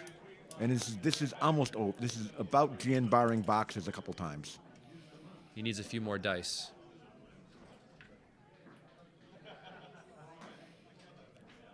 Now we get to see MCG play speed gammon. Yeah, that is going to be fun. If Gerry can get a few games in here, maybe the 43 seconds left will come into play.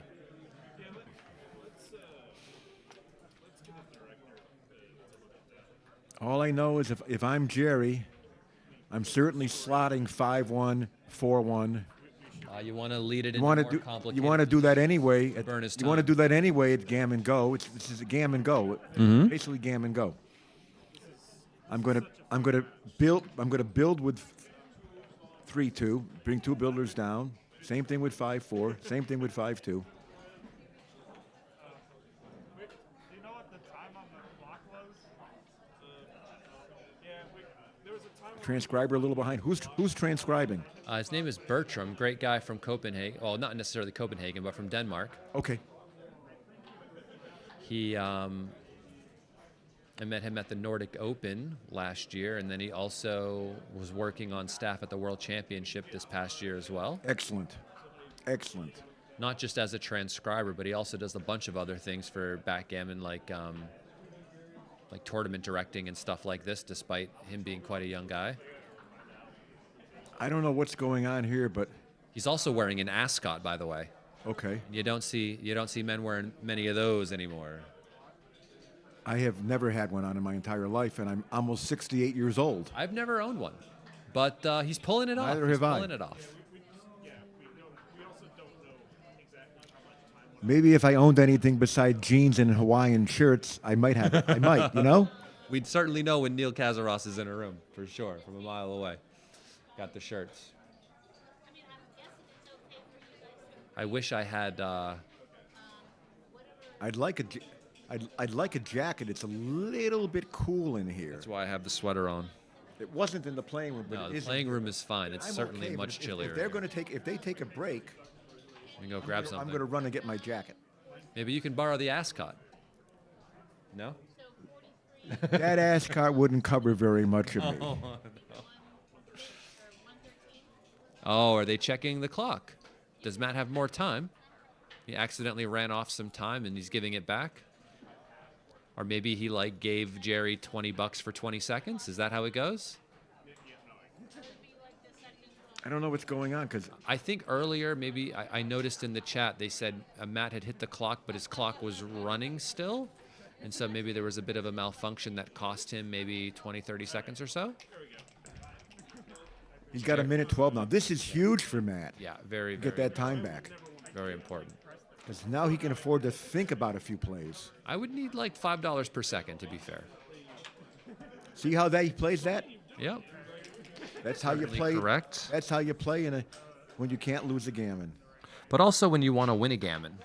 That too. You win more gammons this way. 2-down plays win more gammons, splitting plays win more games, right? So if you're In at general. leading scores, you want to be splitting, trailing scores, slotting, playing 2-down. These are certainly the style of play you're In looking general. to do more.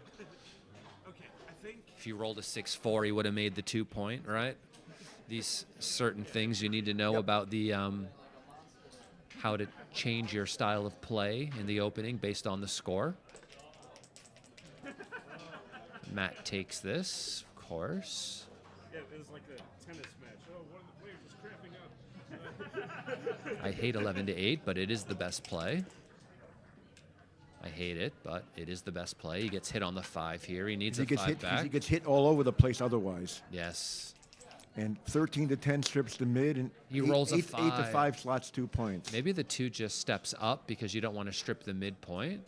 Seems like a good play here. Gerry's opening play, early game play, is phenomenal. Yeah, he's very It good. really is. I would do this and play the 5 down. He doesn't have to think about it because I've played Gerry enough to see how instantly, with almost no thought, wherever the rest of us think a little bit, he finds the right plays in the early game. All right, maybe we go to the 11 or we come around to the 13.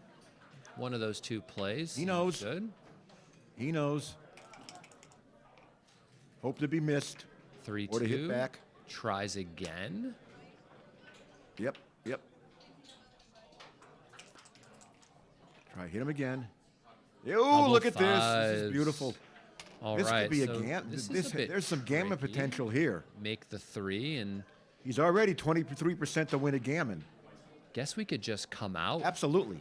just so he doesn't get to hit us loose on the 5 and Come start out the also point. so he doesn't have good 6s. 2-1. Nice roll.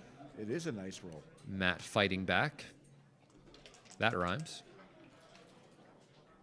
3-1, okay. Now you're just going to play 13 to 10. Yeah. No choice there.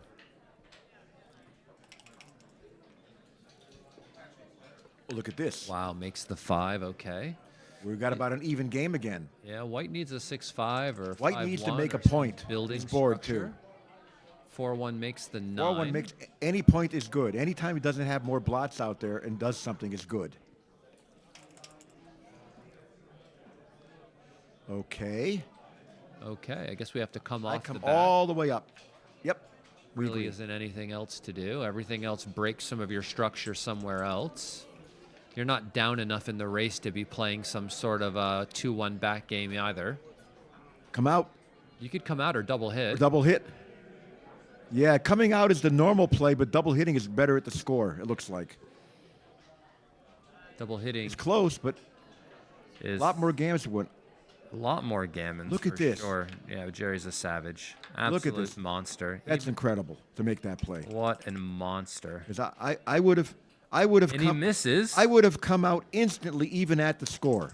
I'm afraid of that board. Well, yeah, you just lose so many games. The 3 Now you cover and Covers. come out. and comes out. Just wants to make sure he's not missing anything. This is like a Exactly. great sequence. Gerry has plenty of time to think about this stuff. The aces are duped from the roof, too, so this is nice. Unless he rolls This is nice for Matt. this number. Now he's got a double anchor, and Gerry has an extra guy back. I'll Gerry- bet he enters. Oh, I lose my bet. Pay up. Damn it. And double ones. Now there's 2 back. All right. Come in. You come to the 23, right? We don't want to have blots, really. You want both checkers shooting out, so you aim at you come to the 23 with both. That's You could also be Blots attacked is- this that's way. probably the wrong idea. You Kind of can't- want him to crunch against your He doesn't. position. I don't think he terribly minds getting it. He's Just 2 down? one thing he's thinking. If he gets attacked and hits back, he can win some games. You need to run here. Wow. This is a tough play. That's really tough. 21 to 10 is difficult. It's hard to want to give up those double anchors. They feel like a security blanket. Yes. But he may end up missed. That's good. That's a very good shot. The danger is Matt getting blocked and cracking. Well, the 2 steps up, and I guess the 3 just comes down maybe. I don't necessarily want to play 6. The bot wants to hit, but it's close. The bot wants to hit. It's very close. It was very close. Okay. I would have done this. Yeah, me too. Make that bar point. Good. Now 7-4. No other choice in my opinion.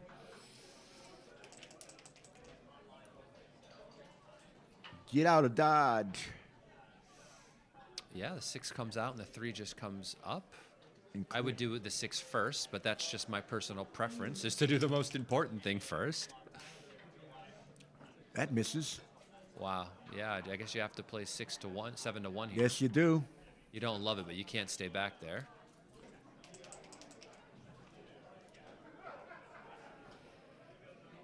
Yes. Looks like 8-3 is going to be the 5, and find an ace. The bot says it doesn't matter. Likes 8-2 a little better. I think Gerry stepped up to get direct. Oh, he has to come off. No, he doesn't. Okay. Oh, he doesn't. Gerry stepped up to have a direct 6 to get the safety. Double 6. That's not bad. Well, it's not great. It's not great because now this gives Matt a lot of timing. And yeah, you make the 2. And you need to make the 2 point here to have a better board because contact is inevitable, rather than having 6 checkers stacked on the 3 point. Also, if you have where you often will just be unable to survive any kind of contact. If you have 6 checkers on the 3 point, we're also going to make fun of you. You're also going to win fewer gammons with that play. Yes. Uh-oh. Uh-oh. He's going to come off the anchor. Oh, you make the board and come out and hope. All right. Maybe Gerry has to hit loose and leave 2 blots. Yeah. Wow, look at that. You have to hit. Bot says it's close. Now Gerry has to think. Well, the fact that you can't lose a gammon is the only reason why this play is right. I want to say this transcriber is really, really good because he recognizes the situation and immediately puts the top 2 plays through XGR++. Other people I see transcribing do not do that quickly enough. He accepts tips. He works for... He is the best. Bertram is great. Mehmet, where's the 4? Fantastic. A fan. Ooh, this could be 10-10 after this. Gammon City potential. He needs to cover. Oh, that is not good. Do you have to lift? Doesn't here? hit, Yeah. doesn't cover. You lifting? You have to lift. Well, if you don't lift, you're making a blunder, so I think you have to lift because it's awful to be hit back. He just wish he got away with it. He's like, why can't I just cover? Normal people cover. Or why can't I at least, if I can't cover, maybe I could have rolled a 3? Yeah, that'd be nice. I'll take You got to make this horrible-looking play. Give me something, you know? I'm out here trying to make some money. It's too costly to get hit, but look at how often he still wins the game and the gammon after the ugly play. I bought a plane ticket to come to Texas. I paid for a hotel. I can't get a 5 or a 2. Yep. That's what's happening. I paid for a hotel. It hasn't had warm water. No. I haven't been able to take a shower. I haven't been able to shave. Oh heck, I don't want to shave. Oh no, please don't do that. No. I took a shower in the cold water. Yikes! Now Matt's gonna roll the 4. Oh no, he doesn't. Gerry just couldn't stand it. Oh my gosh. He gets to hit, and now he's lifting for sure. And, wow. Double 1s for the hit. Double 6, wrong side. There's gammon potential here. Oh, I opened my big mouth. I'm sorry, Matt. Oh, my gosh. That's pretty sick. Double 2s. Don't roll it again. No, I'm joking. Stay on the 4 point so you can handle more bad numbers. Yeah, just in case you roll 6-4. Exactly. You don't leave a shot. 6-3, okay. Plays just fine. First the rip it. 3, then the 6, or the 6 and then the 3. It makes no difference. 4-3 clears the 6 point. Good spare distribution. As long as you avoid big doubles like 6s, 5s, and 4s, you don't leave shots. Matt comes in with a 6. If Matt's going to roll a 6 there, he wants to roll another one now. 4-1, 2 off. saving Where's this this? gammon is going There it to is. need a Can Matt bunch save of help. this? Not likely. No, it doesn't seem Very unlikely. it could happen, but it's not likely. If I'm Matt, 95%, 96% gammon loss, it looks like. if I'm Matt, I'm going to take a break so Neil can run and get his jacket. So the dice can cool off. That too. I would take some from another board, mix them up, and I'm taking a break also just so he can, calm any emotions down. you think Matt has emotions in these moments? I think Matt's human, isn't he? He is. He probably has fewer emotions He than, certainly has than- fewer than than me. almost anybody that plays this game. Oh, he definitely has fewer than me. I've never been known to show any emotion playing this game, have I?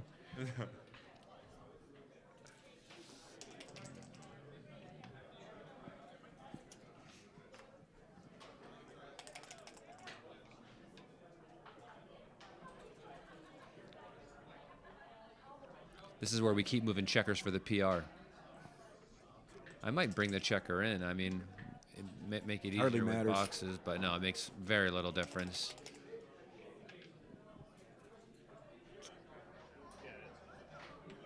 It's over. Wow. Wow. 10, we got ourselves a game. Wow. DMP incoming. I guess Matt did want to win that gammon when I showed up. Double match point. So one away, one away. And I don't know if the momentum definitely feels like it's on Gerry's side, but I've seen many of these where Yeah. you get your 10 points and then the guy just chips away, gets the 1 point at the end and wins it. I know. I was once playing a 9-point match. I was playing a 9-point match. I was ahead. Oh, big fit. Gerry's got a lovely position Massive already. lead right now. I was ahead 8-0 Crawford. Fought back to 8-8. Opened with a 6-5 and ran. And when I entered that checker after getting blitzed with double 5, it was behind all my opponent's checkers.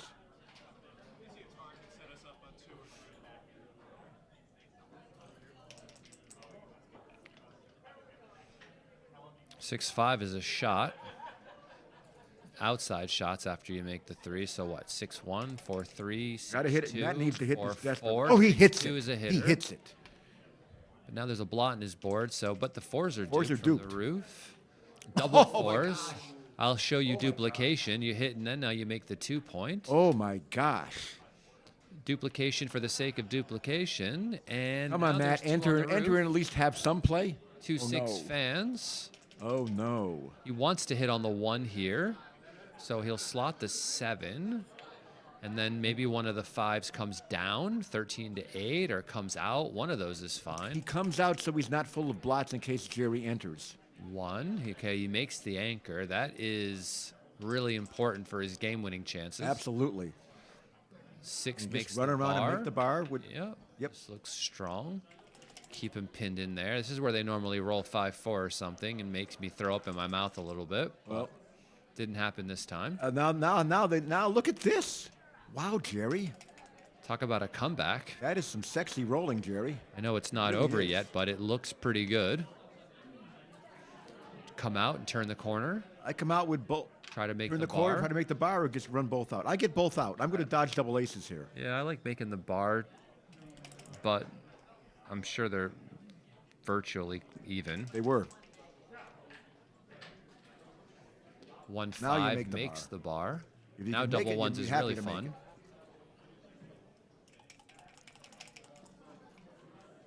Oh, very close. 6-4. Wow, 13-11 is. I mean, I don't even know how Matt even thinks this. I guess he wants to get hit to help time He his wouldn't game. mind getting hit, and he wouldn't mind getting hit. He's hoping he doesn't get hit and can make his 5-point and counter prime. That's what he's hoping for. Counter prime with 1 checker in this spot. I mean, you almost let him roll. That's tough. So what do you play? 13-8 and slot the 7. 13-4 is also fine. I would go through. Doesn't matter. I would do one or the other. Yeah, I It guess. hardly matters. Again, he doesn't mind getting hit. 4-1 just comes out. Get out of the there, way. Gerry.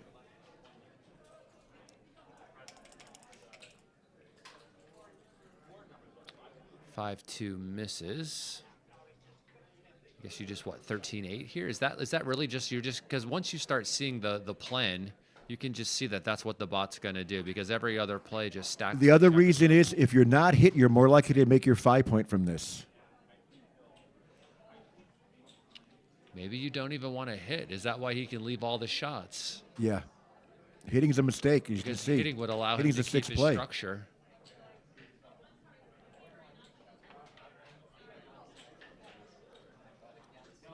I think he's going to decide to not hit. I don't know. This is tough. Very difficult. I mean, are you really going to Well, if you can make the 5-point, if you can make the 5-point, you can counter prime. If not, I think, yeah, hitting is clear. Hitting is right, definitely there. 1-4 just comes in on the. If you don't make the 5-point, he's going to slot in his board. He makes it. Counter. Now he wants to fan forever or roll a 1-5 or 2-5 right now. The bot likes. It's very close. Very close. All these plays are very close. That is so sick to even be thinking about not making the 5-point. How sick is that? Who would think about not making the 5-point? He would. Double twos. This is the beginning of potential crackage. Kill sixes. Yeah, I mean, I still don't think White has. Oh wow, oh, you could play 3-1 actually. You keep the 5 prime. Hope he rolls double 5 or double 4. 3 or cracks the next roll. 3-1 Cracking is possible. Oh. And now you hope to dance. Yeah, you do. And if you get a hit in the bear off, look at the nice little 5 prime you have. That's a good. Beautifully played, Matt. Which is why 3-1 was the second best play there, because this is a variation that you're actually doing pretty well in. Oh, he did not want to come in. 6-5 leaves a shot, but who's keeping track of that? No, nothing. Do you want to pre-clear the 7, or you want to? No, I'm not clearing anything. I'm going to squeeze him. Sounds good. Maybe you get him to crack a bit more. Very good chance he's going to crack now. 6-5 still leaves a shot. 6-4 does not. Now Matt's board is probably gone bye-bye. Double 6 is the best roll. Transcriber couldn't keep up. Yeah. Well, Matt is only 22 seconds. He has to move fast. Yeah.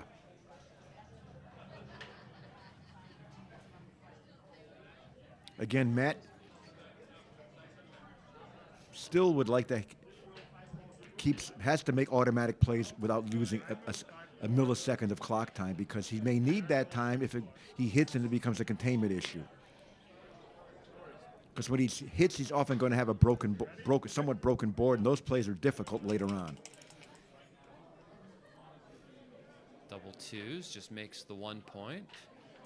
Maintaining a 5-point board for as long as you can. He hopes he breaks the 7 here and he gets to escape with the 6. 4-3 just brings both in. And now if he can roll a 6 here, he Come on, might Matt. find Show a us way the to 6, time Matt, this so we have game. something to talk about. No, that's... Matt slides the ace up to kill 5s. Not ideal, but it is Far what he from has. ideal. Clear the 6, take 1 off. Very safe position here for White. 5 or a 6? No. Oh, those checkers are dead. Very, very unlikely for Matt to win this. And even more unlikely now.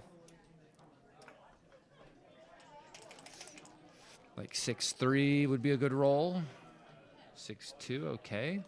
Escaping. Prevents further cracking. Here's 5-1 okay, leaves a anything shot. with a 3 is a good roll. Come on. 3 for the fans.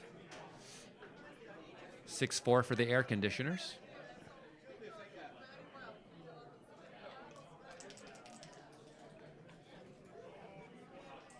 Four one takes it off. Beautiful position this is for 3-2. Gerry. Very unlikely.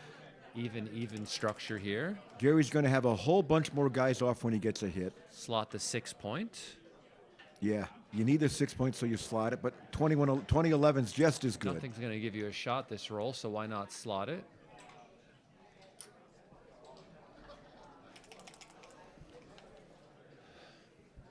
Makes the 5 point. That's not Makes the bad. point. Shots could be incoming with It could be a shot right now. most numbers that don't include Here it two. is. Okay, a 2. And a 2 and Matt has some winning chances. I won a sicker game than this the other day. Yesterday, actually. I've lost this position when I've had 14 off. I had a 4-point board, and he just fanned for an eternity, by the way. Uh-oh, that's the end of the match. Oh, now it's over. He's forced to go. What an incredible And comeback. Gerry Tansey makes an 11-point run. Was it 11, or did he have 2 points at some point? I don't know, but he was getting his butt kicked. It was 10-2 Crawford. 10-2 Crawford. It was a pleasure, Justin. Nice to see you again, Neil. You may see Wow. you may see me again, but probably not tonight. Sounds good. Well, that was an incredible match. Amazing comeback from Gerry Tansey. We're close to a river here, so we have to make sure Matt doesn't find it. That's where I would be headed right now. Trying to jump in head first. Have to make sure the water's shallow first, though. But we should be back with another match shortly. I'm going to go check the schedule and see who we have coming up. Of course, I am Justin Nowell, the commentator. I was here with Neil Kazaros doing commentary. Live from the Texas Backgammon Championships. If you guys wouldn't mind smashing the like button and subscribing to the Backgammon Galaxy YouTube channel. Anyone interested in backgammon lessons with me, please feel free to send me an email at justin@backgammonuniversity.com. All right, and we will be back. What a great back game that was, huh? Did you guys see that back game? No, there was one earlier that was like crazy. He had like no points in his board at all. All of his checkers were sent back, found a way to time it. Fantastic stuff. All right, we will be back. I will see you all in a moment. I'm going to walk around and find out who we have coming up on the next stream. We can see the end of Karen Davis versus Chris Trencher here, or the beginning of it. I guess they just began. All right, well, this should be fun.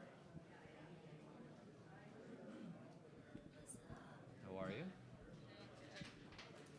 I just lost to Carol in women's. You lost to here? Who? Carol. Carol Joy Cole? I think so. Or is there another Carol? Teal sweater. All right. Oh, yeah. That's Carol Joy. Cole. Yeah. No, Neil was very happy that you were plussing all the stuff. He's very pleased. Especially in that back game. That back game was crazy, right? Who won the MCG? Huh? Who won MCG or? No, Gerry came back, stormed back, got down to DMP, won 11-10. Wow. Yeah, it was crazy. I'll see you. All right, well, we've got Karen Davis versus Chris Trencher here. Karen Davis, I played in round 11 and 12 of the UBC tournament. I think in one of the matches we played against each other, she played like a 3.5 PR, so she definitely is a very strong American player. Chris Trencher also plays in that range. I used to play in a chouette with him in New York before moving to London. He used to have one over at his place. I think still does. Bless you, by the way. I like the hitting here because it stops, well, I no longer like the hitting. The hitting looks pretty bad now after double fives because this gets to hit and make the point. Oh, is she hitting the second checker instead of coming out? Okay. Oh wow, we have. Yeah, I'm not sure about that, actually. Maybe it's right, but I probably would have just gotten to a really, really strong position and then just thought about the cube, depending on what they rolled. That induced a lot of volatility, and now with this checker back, you can see that things have kind of gone wrong because of the play. I don't know if it was right or wrong, but I would have needed a little bit more time to kind of think about it.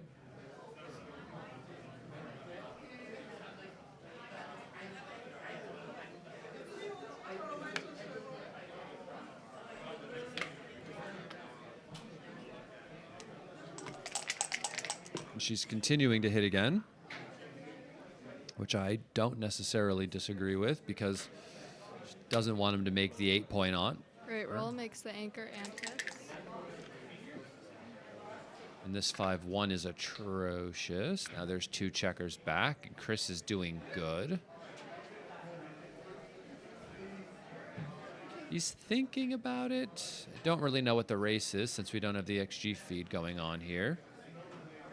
But it's like making the 8 a market loss, is making the 4 a market loss.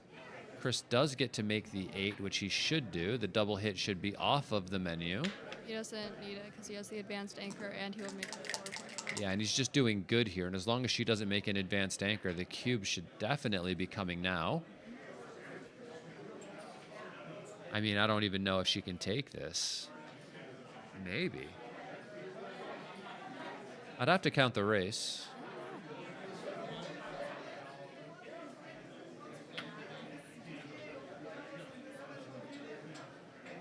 I mean, what are you going to do here with the 4? I mean, if we play 6 to 2, that's just terrible because there's a blot in your board and you're going to be attacked. So, Chris, take your time. Act like you're not going to cube, maybe. Think about it for a little bit. Maybe just scratch your head. He didn't scratch his head. You got to scratch your head. There you go. There you go. You see? I told you the head scratch is coming. I know my customers. Yeah. And now, then you give the cube. You act like, is it a cube? Is it not a cube? And then you double. Yeah? You see? That's how you know someone's from New York, okay? You want to know if someone's from New York? If you see that over the board, they're from New York, okay? That's just how it goes. Well, I mean, they got to act like they don't know what to do because in New York, there are a lot of people trying to lowball you. Everyone's trying to hustle you in New York, so you got to be very, very careful. You have to be on your P's and Q's. And he tried hustling, and now he's getting hustled. No, he's doing good. Okay. Oh, that was Great Karen. roll. Oh, so this hits and makes the 1. Fantastic shot here. You're blitzing, so you don't necessarily need to make the points in order. Priming isn't your game plan. No, Chris, don't slow your momentum by doing this. You need to make the 1, I'll bet it. I'll bet it. Anyone in the chat? I'll bet. I'm kidding. This is not about gambling. Even though we are on a late night stream. There are kids in the room. No, I'm kidding. You're kidding. Young adults. Young adult. There you go. I'm an old adult. But not in this room. There are older adults in here, that's for sure. Me? 42. 42. Yeah. On average, I'm the youngest person in the room. I'm joking. Except for the person next Except to for the you. person right next to me, exactly. Yeah. I mean the whole wide room, not just... All right, Chris wants to hit, but he can't, and now he's upset about it. He can't believe it. She's going to anchor now. But he's got to come out and just play 6 to 5. Why this? If she enters and anchors, you're going to be stuck back there, and that's not good. So just come out. Play 6 to 5. Seems natural, seems normal. This is trying a bit too hard, I think. Personally. I could be wrong. I mean, if she misses, then it's great. If she misses, it's fantastic. But if she anchors, you're not going to like it. Oh, great roll. Worked out, though, that's for sure.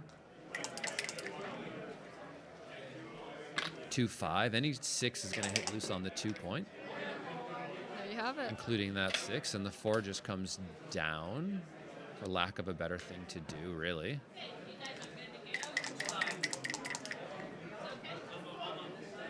No 2, okay. Chris in the driver's seat. 6s, 7s, 11s cover, but not 2-1. Doesn't come out either. So I guess we bring the checker from the 9 closer and just think about like what numbers exit. I guess you don't have a good 4, so maybe you go to the 6 point because your 4 is blocked to leave. This gives you a good 4 to make the 2. She rolls a 2. Okay, this gives her a chance to have another checker sent back if Chris rolls a 2. He doesn't. Chris is upset, I can tell. So the 1 comes in, the 3 comes out, I wouldn't do that because I would want to keep pressure on the blot that she has back there. I would want to pick that up. Not sure why you would want to do that. 6 hits again, and the 3 should just come out. He has the opportunity if he just stayed back to pick up a 3rd checker, which would... or could There's be another helpful. Yeah, well, now he has another chance at it. But the more checkers he gets sent back, the harder it's going to be to close that out. This double hits, This is great. and he hit on the 2. I think the dice are listening to you. I mean, seriously. Double twos. Oh, that's. I'm surprised Chris hasn't thrown anything yet. Anyone in his immediate vicinity needs to watch out. Cups, dice, baffle boxes, microphones, people, young children, cats, dogs, hamsters, gerbils, anything in the vicinity being chucked right now. The clock as well, yeah? I feel for him. This happens to Chris more than anyone I know, really. I mean, it's not over yet. Like, he could still legitimately win a gammon in this game and still be upset that this happened at all. And I understand.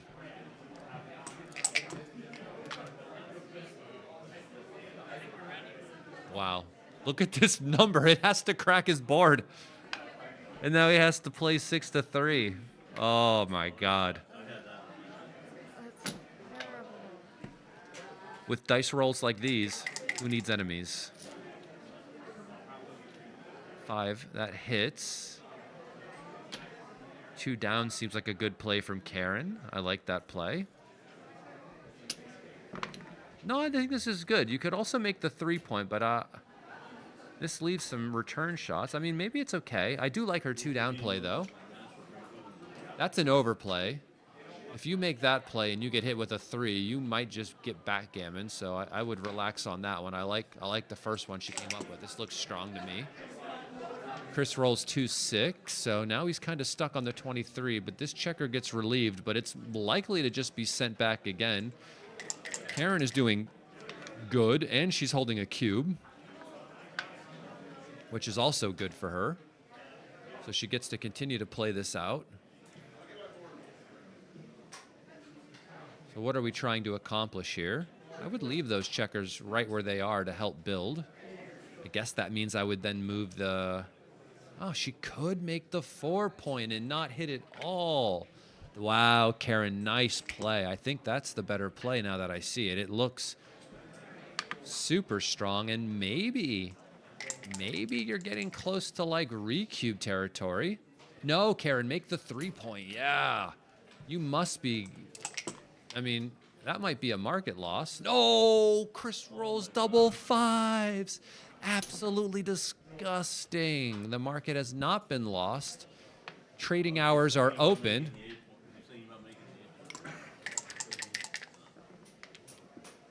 Wow. Wow, what a swing there with double 5s. Absolutely crazy. 5-1 leaves a shot. You have no choice. And if she rolls a 5, she's back in it. That's the wrong 5. You should just slot the 2-point now, getting ready to make the point. He wants to roll a 6 and just a hard 6. No, that's not it. Has to leave another shot with the deuce, I think. No, you could play the 4 down and slot the 6-point. That's also a possibility. I just don't know how many blots you really want to play with here.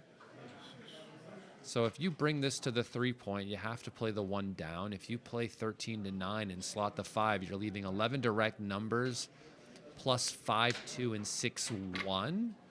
So that's 15 numbers, but leads to a better future when missed. The other one also left maybe 15 numbers as well. Let me see, 6-4 and 5-5 plus double 1s. That was 15 numbers. This is 15 numbers. Yeah, this is good. It leaves way more blots, though. Karen's got an itchy trigger finger here. She knows that if she hits, she's likely to just miss her market, so it's worth thinking about the cube. The 6-2 just comes out. Now Chris is begging all of the dice gods to roll a 3 here. He rolls a perfect 3 and rebuilds his board. Double 1s just makes the 2. Double 5s. Now Chris is going to do all this work just to roll a 6-1 next roll and leave a shot. I know. It's sick, but what are you going to do? No, Chris is going to be fine. 6-3. I was close. I said 6-1. I knew he was going to leave a shot. How could he not? But does she roll the 6? No. He gets away with it.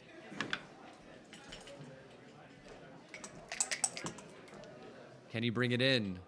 The 4 comes in, and the 2 might go to the 1. You could also play 5 to 3. That does get rid of bad double 6s and bad double 5s, so maybe that is a play. I don't know why I like 3 to 1. Maybe I don't like it the more I look at it, which is why I tend to play backgammon with my eyes closed. Whoa. I'm just kidding. I'm kidding. I'm kidding.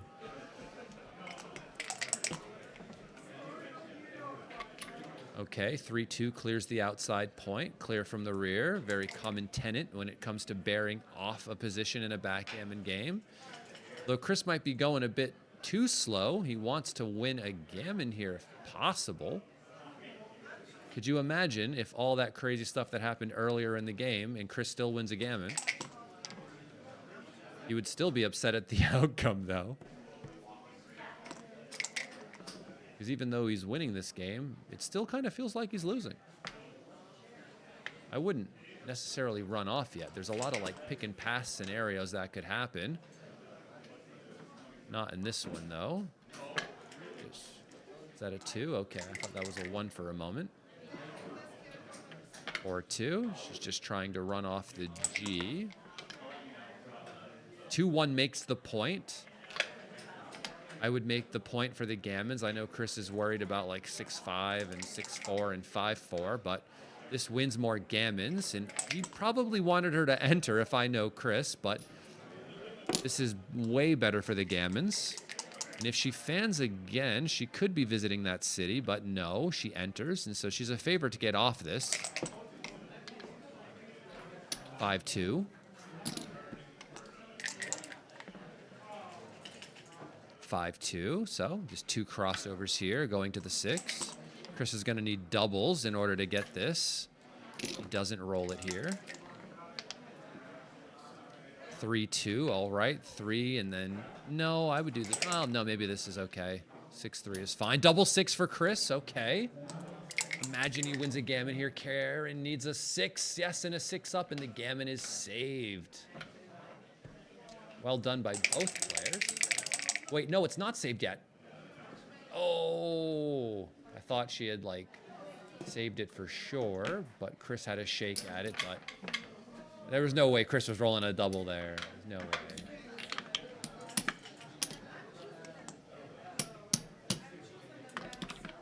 I promise you Chris feels like he lost that game. 6-2. Just come out, down. Basic opening play here. 3-1 just makes the 5. It doesn't hit. Only after 6-4 split do you ever hit with 3-1.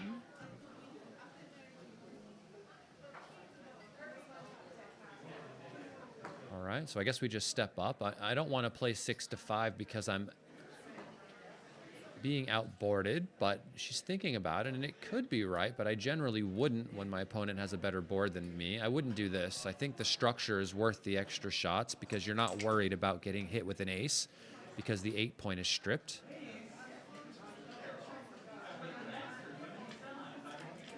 It also gives you the opportunity when missed like this to roll a 6 and make an advanced anchor, and now you're out here all by yourself in these streets.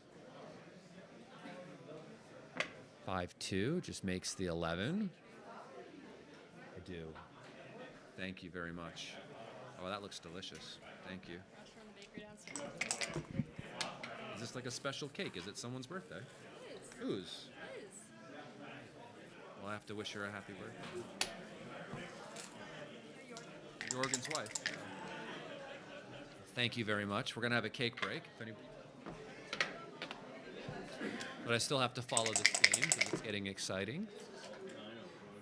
5 and 3, so this, and maybe 8-5. We could also step up with the 3, but I prefer staying back because Orange's structure is so bad. It also gives you more covers for the 1 point.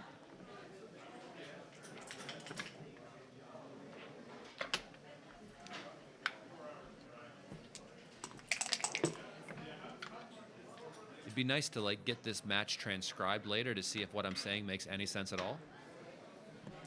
I could just be talking nonsense. No one knows.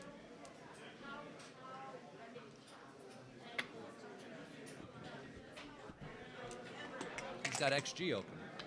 Yeah. A watcher. Streets is watching. Plots keep plotting.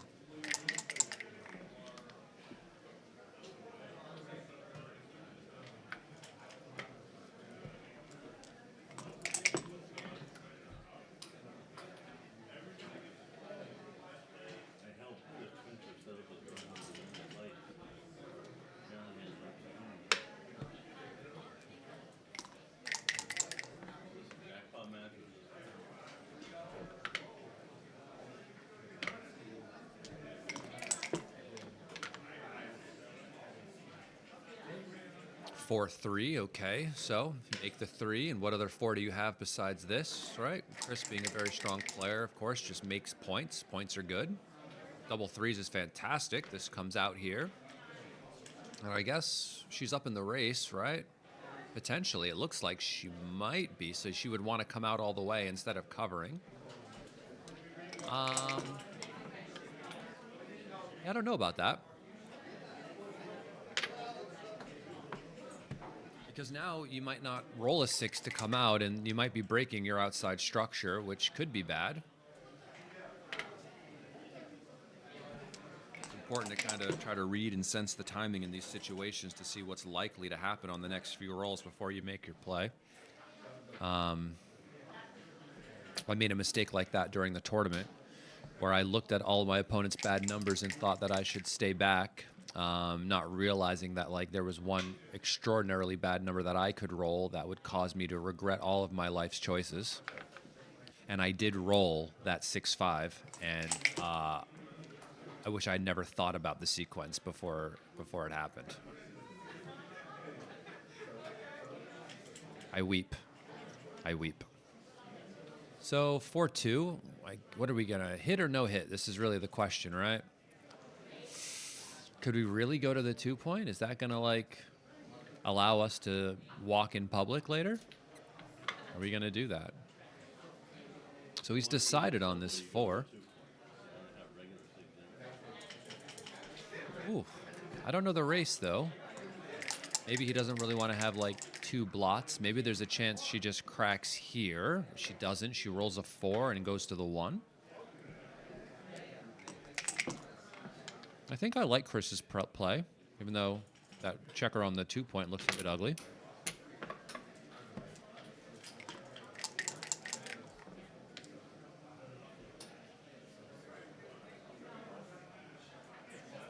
I think, wow, the ace is funny, actually. I'm very happy for the cake, thank you.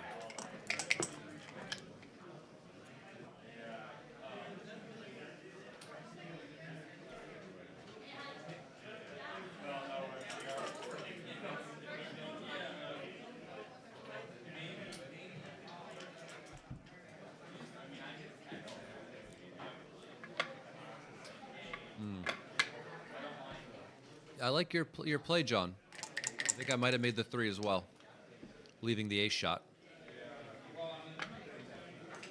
There was a blot in his board, so I think keeping the structure was important, because when he comes around the corner, he might have left a shot himself. This play is forced. And even though it's good for the race, I'm not sure it's a great roll, because he's losing the race.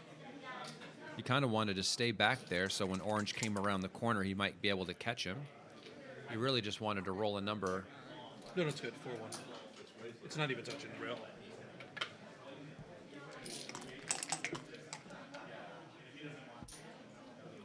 Not anymore.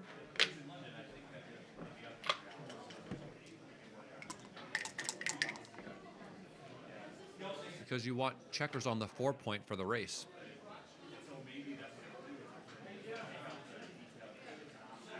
Plus, Chris is going to cube anyway once he counts the race, I think. I don't know what the race is. Let me count real quick.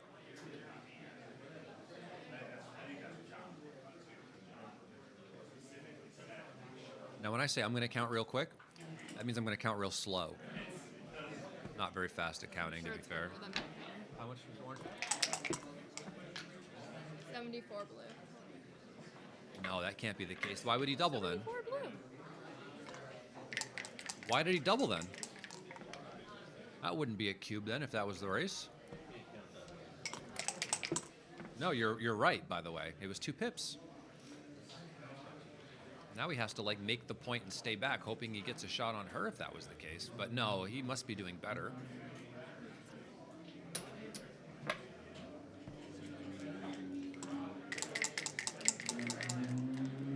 Six one, 6-2 is funny. 4-3. Great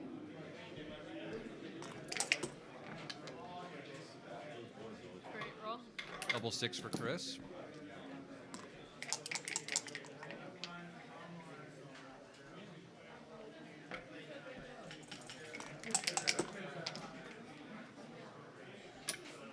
Very good. You doing nice? Nope, no more tournaments for me. Just here doing commentary for the rest of the event.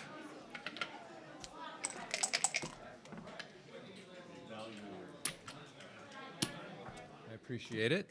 I am, 2-1, no checkers off. I would still bear in, but don't think it's going to matter all that much. I appreciate it. Thank you.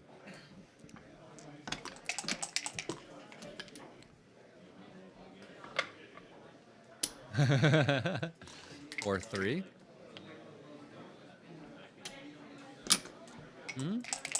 Sounds good. Double 3s. Takes 2 checkers off. And I guess maybe you roll this out for the PR, but don't think there's any way to do it. Maybe 2-1, 2-1, 2-1.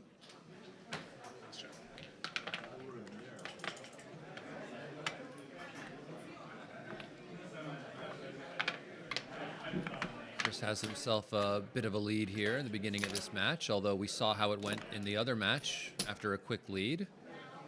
Saw Gerry Tansey storm back, so of course anything is possible here. It was a crazy match, the last one.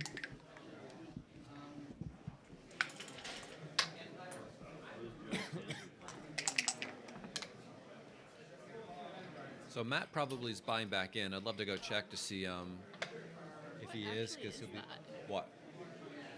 It's like a knockoff Gatorade from CVS, because they were sold out of the zero ones that I like.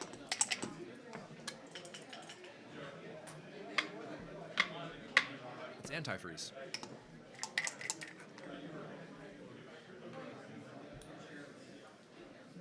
Twos makes the 4 and the 11 and maybe 8-6. I don't know if I would step up because that puts me in the line of fire for Blues loose checkers here, and 6-4. So the 4 hits, and I think the 6 just comes down to help support the attack. 5 checkers there, so we can split later if this works. 1-5, not a great shake.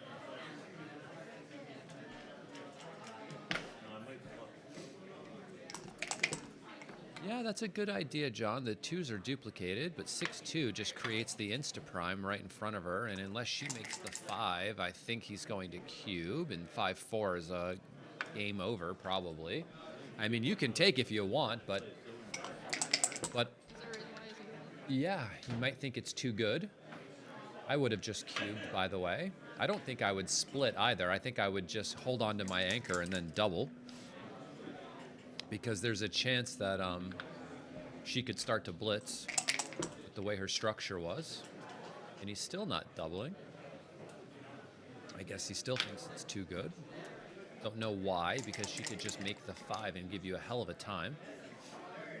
And there she does. She makes the 5, and I mean, maybe it's still a pass, to be fair. I don't know. I mean, she's going to have to roll next roll. And that's probably going to break it, but she might make it. She might roll a 2. She could roll a 2-6. Is the cube already passed? What am I missing here? It isn't passed. No. I think he just missed the chance, and now he's in a real game again, you know? So now he doesn't have the opportunity to do it. It was like a pass, and now 6-4 making the prime, and she probably wants to fan. I don't know if anchoring is good because he has timing right now. 1. Well, this is a pass now. Unless, no, even if she rolls an ace, it's still a pass. Double ones hits. Now she has a take, maybe. Is this a take? Well, 1-4.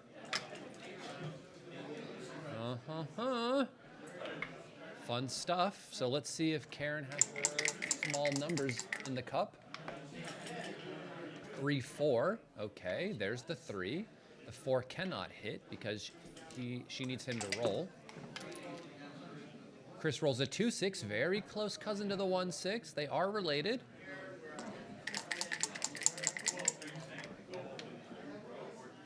Four, 3, she needs to slot the 2 point. She needs to play the 4 in and then slot the 2. Because he could crack right now.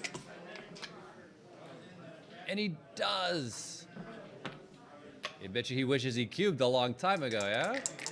Now Karen could crack, but if she rolls a 6, 5-1, okay. So he needs to just cover. There's nothing else he can do. He can't like hit on the 1. There's nothing there. So just lift and hope that she cracks even more. Maybe she rolls like 4-3. Maybe she rolls 5-4. 4-2, okay. This just cracks the 6.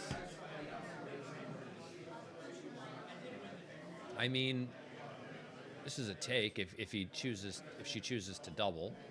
It's a very easy take, by the way. He's not losing any gammons, and she still has 2 checkers behind a 4 prime. The 5 that would hit on the 1 is a 5 she needs to leave anyway. 4-3. I mean, she could easily just bust here. I'm not even sure if that was a 2. 1-5 for Chris Trencher, who never says he rolls good numbers. I see him roll good numbers. You're up 5-0 and just rolled an ace. Double 5s fans, okay. Can I roll a 6, he says. No, but he doesn't crack yet. Now, if Karen enters with like a 1-4, who here is gonna like think that's crazy? I mean, my goodness.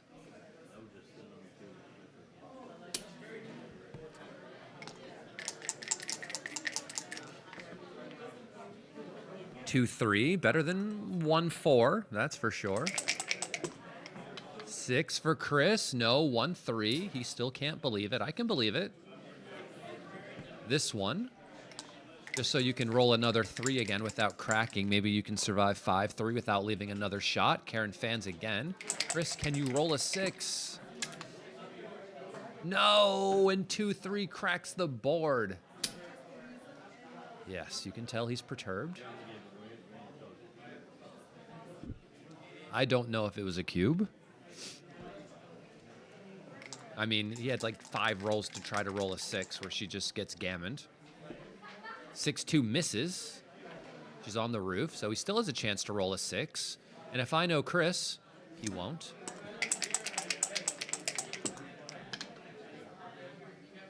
But he does get to lift the checker. But it's not a 6, is it? 6-1, okay, that hits there. And no, you come off the anchor just in case he rolls 1-3. You come off the anchor just in case he enters with 1-3. Then she has to play 4-1. We have to always be looking at the next sequence. Come off of the anchor. Come off of the anchor. 1-3 would be hilarious. You have to play for comedy when you play this game. You have to think of the sickest thing that could happen and then play for it. And that's how you become good at backgammon.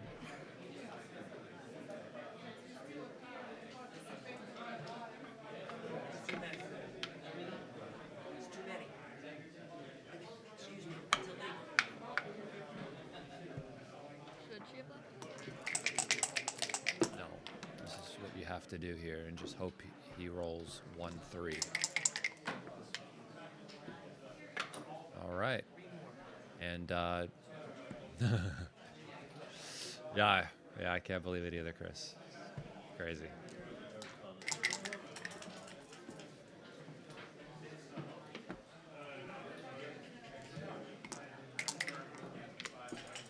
Yeah, I'm not sure about the cube there. Take was very, very easy, even though Chris didn't love taking it because you know he knows what's going to happen, but I think he played it very well and just couldn't roll a 6. What are you going to do?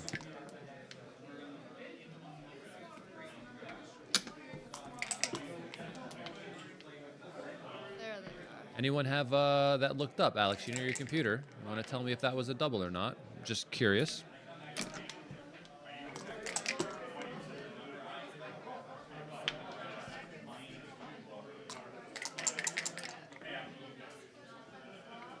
All right. Chris is going to need some double twos. 5-1. Okay, that's not double twos, is it? 5-1 for Karen. 4-3. All right. It's like Karen's going to get her first points of this match here. Getting closer to evening it up, which is nice for her. Chris, of course, is hoping to win 11-0, but you know that rarely ever happens.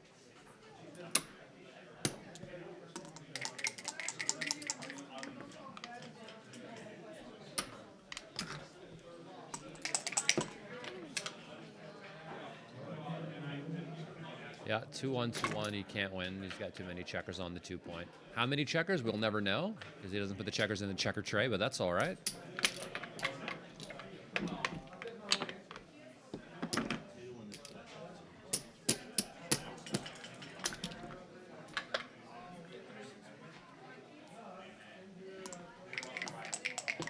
Yeah, maybe no real gammons to be won generally there.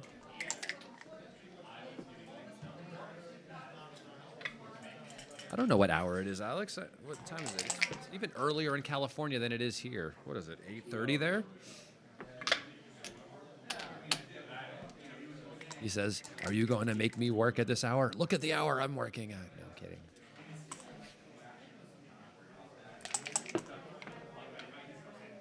All right, 5-2, just covers and brings another checker down. It was a no double. Good, you see? I know my stuff. Anyone's interested in backgammon lessons? Justin at backgammonuniversity.com. If anyone's interested, anyone? 6-1. 3-1, okay, that's a great shot for Karen, being able to anchor there, stopping the blitz. This just, I don't know, do we split and lift? Or are we making the 8? I'm worried about getting primed if she is able to make the 5. I'm not so concerned about her actually breaking her anchor to hit me because that opens the gammons back up when I have a 4-point board versus her 1-point board. So maybe I like leave it there and work on splitting, but Chris rolls a fantastic 6-2. And if I don't think she's going to hit me with a 5, why am I worried about it? 3-2. Chris is doing good, but I would not double yet.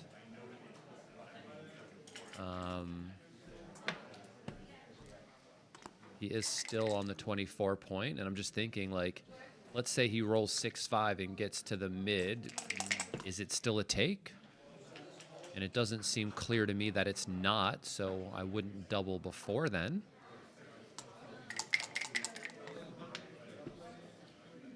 Two 6 hops out. Tries to get missed with a 2 here.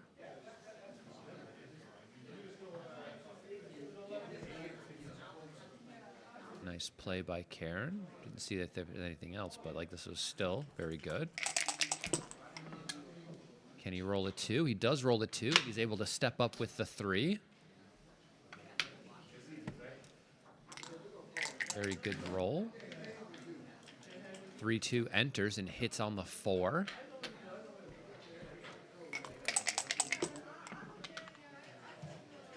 Okay, he hits back. Chris can't believe it.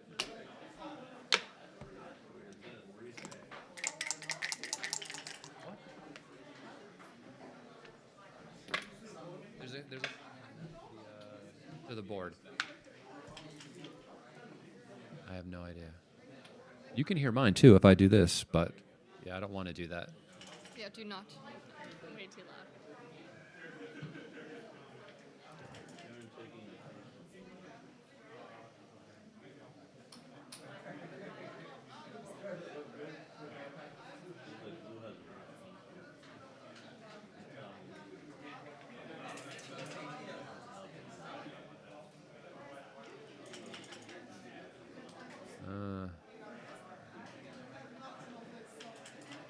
That's not unreasonable, John. Thinking about doubling here.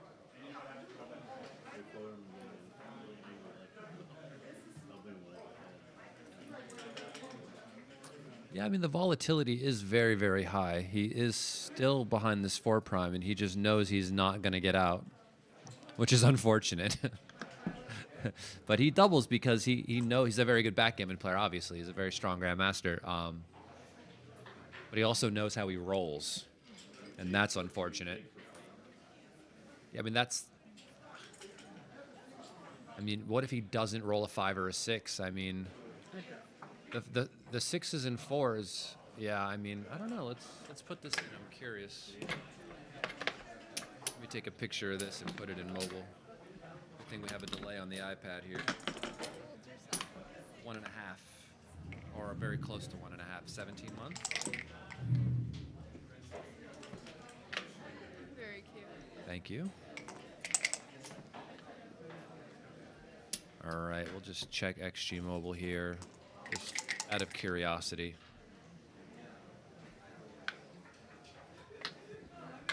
This is what us backgammon nerds do. What would the computer say? You know, this is what I want to know.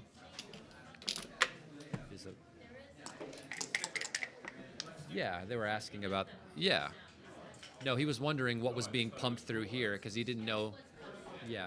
He didn't know he could also hear me through this because I'm not that close to the mic.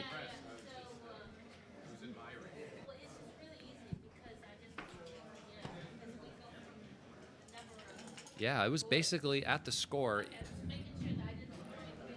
XG Mobile says it was even money, take pass at the score. So I think that was a really good decision by Karen because I think it's a big pass for money.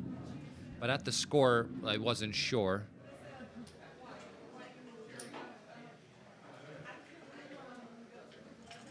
This 2 cube comes a flying. Very good cube from Karen. You want to be doubling earlier in gammon full positions, which is what this is.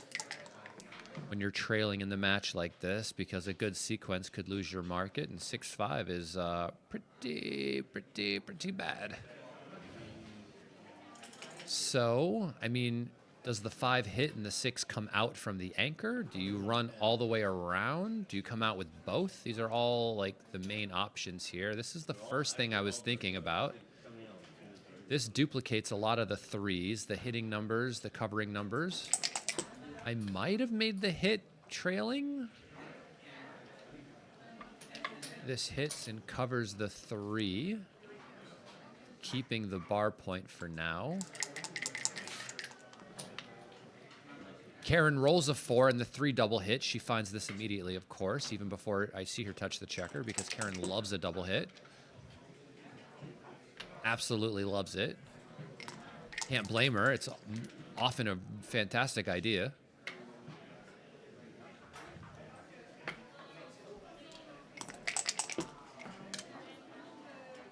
Double 3s fans.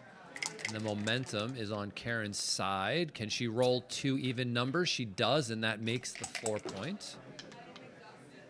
Chris rolls a 1-6 and has to hop out because staying with 3 checkers on the 24 point will get you suspended from school. Do not do that. You lose a ton of gammons that way anyway.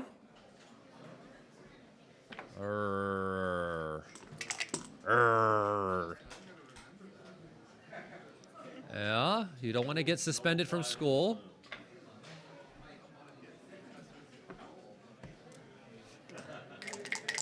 I'm one of those old school teachers. I come with the ruler, you know?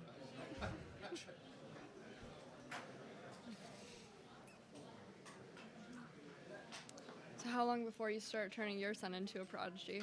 No. If he's a prodigy, I want him to be a fire starter, if you get the reference. But not like a literal one, because that would be bad. Just a little bit. Yeah, I mean, the 5-1 there, I mean, I might have just come off the anchor as well and just come out to the 24 and just taken it, you know? Because what are we doing to our home board? Like, what are we doing there? That just looks... Doesn't look great. Doesn't look great. I mean, I know what he's thinking. He's trying to avoid getting gammoned, but this doesn't really help that. This is a fantastic roll, though. And just make the one. Wow, that's a great roll to help straighten his board out. Oh, and now you're trapped. 1-6. Oh, just in time, Karen. Just in time. Chris laughing. He's like, I finally get a good roll, and she blocked it. Yeah, at least he could see the humor in it. I would be crying. But I'm a sensitive soul.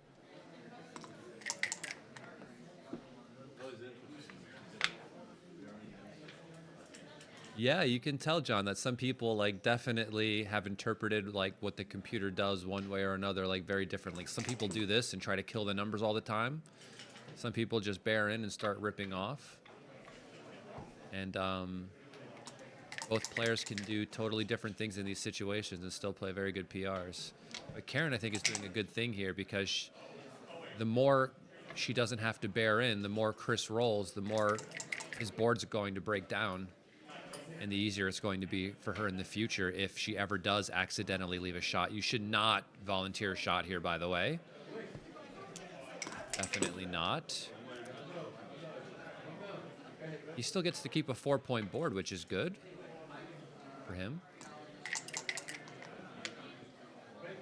6-4 leaves a shot. Now Chris wants that double 6 again. Can he get those back? Oh, we got one of them. That's right. The other two are on layaway. He'll get them in a 6-4. Okay, she comes out. 6s come out. 5s hit. Maybe 6s don't come out unless you have a 5. This is a bit too dangerous to come out now. Just a little bit. Just a little bit. 3-2. Okay, she only gets hit with 6-5, but she might not get home next roll. Double 5s, only has to play one of them.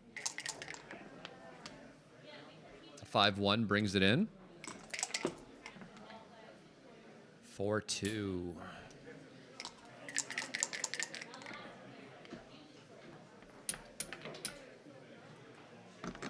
All right, there's a shot, but she has a bunch of checkers off, and Chris's board is broken. Double 5s misses. He runs with them all, which seems reasonable because the board is broken, which means, you know, your chances of winning after getting a shot probably aren't that great anyway. He just really does not want to lose a gammon here. And he likely won't. He's very close to home. But most accidents happen when you're within a mile of your home, I've heard. Driving, yeah. See, I can't get my learner's permit until I'm 16, so. Okay. I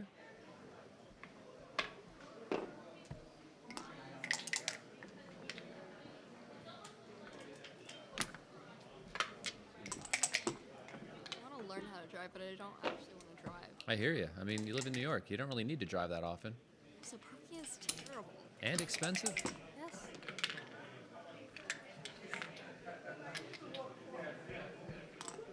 Also, why learn how to drive when there's so many other means of transportation?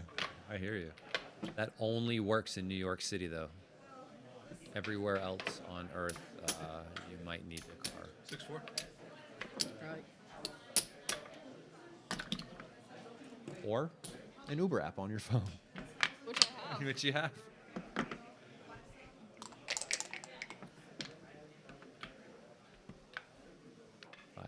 Basic, we just split. Maybe if she were trailing by a bit more, you would play 2 down. The 6-4 is supposed to hit on the 3-point here. This is just theory. 6-5, enters and just hops out. All basic opening stuff. 2-1, okay. Do we make the 3 or do we hit? Chris makes it. If he makes it, it's probably right. The 5-4 makes the 9.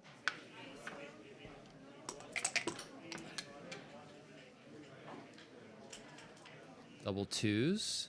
This makes the 4. 4-point, and then you want to go 24-20. I don't know. Maybe you do want to just do this. You don't want to go 24-22 now that he has the 9-point made. So maybe this is pretty good.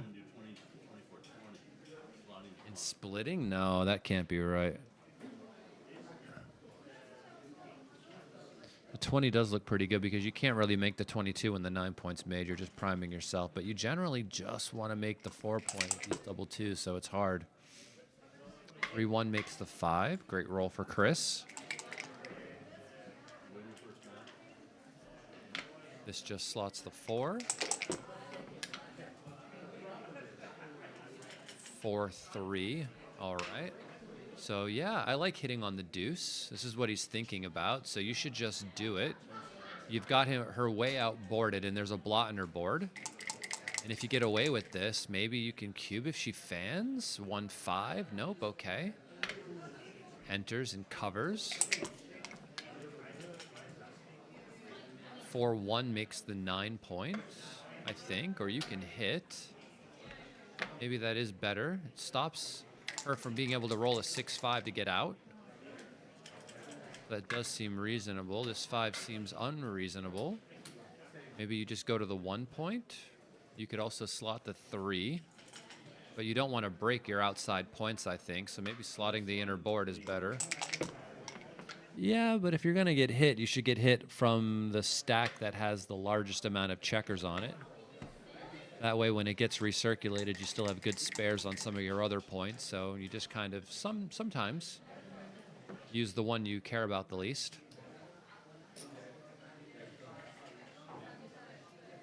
Just like if you ever had to sacrifice a family member, you want to sacrifice the one you like the least, you know?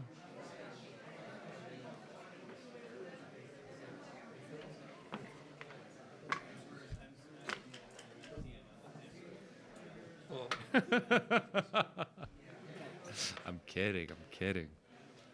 I love them all equally.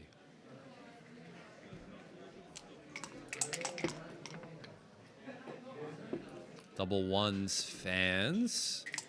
And there's another blot there, and she's trailing. Is that possible? There's anything? Probably not. Maybe they just a little bit too easy for Chris to take. 3-4. Okay, I guess we have to hit again. We can't just lift. Lifting is for the weak. Hitting is for the bold. And for baseball players. And cricket players now that I live in England. More than just an insect.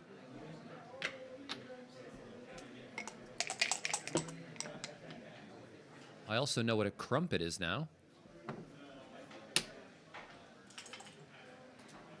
Maybe you come to the 20. I don't think I like lifting. I think I like bringing this up to the 20. I don't love this because you want the freedom to move that back checker if she doesn't hit you.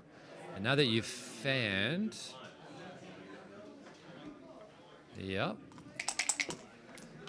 But he was just worried about, I guess, 4-3 or something. Now he plays this 2, only gets hit with double 4s. 1-6. All right. So I'm definitely what is the race here? My goodness, I do not want to come out because I know I'm just going to be put back on the roof and the 4 isn't made. This is decent. Coming out. You're just going to get cubed here, yeah?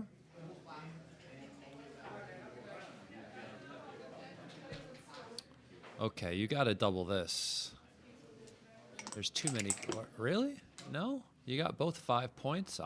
Wow, what a roll.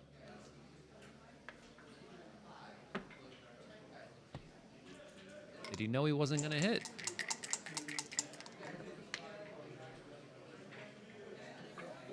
Well, what? Why wouldn't she just go all the way to the 13 point and clean up the 1 checker? This gives 4s and 1s to hit. Also, 9s will hit on the 4 point. Maybe she's just worried about getting trapped, but I like playing with 1 blot. Personally. She does as well.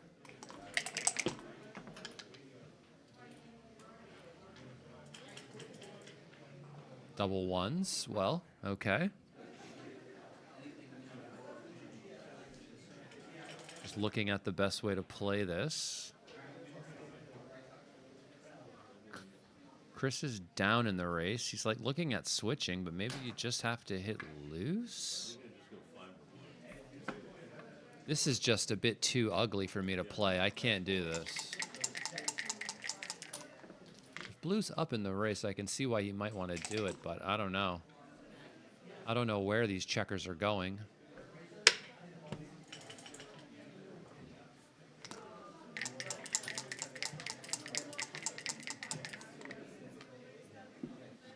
Two, 1, and she enters and hits back. And he fans. All right, well, the cube might be coming now. There's another blot in the outfield, and it's much better for her this time than it was before. So here comes the cube, and here comes the pass. I don't know. I'm feeling break time, but doesn't look like it.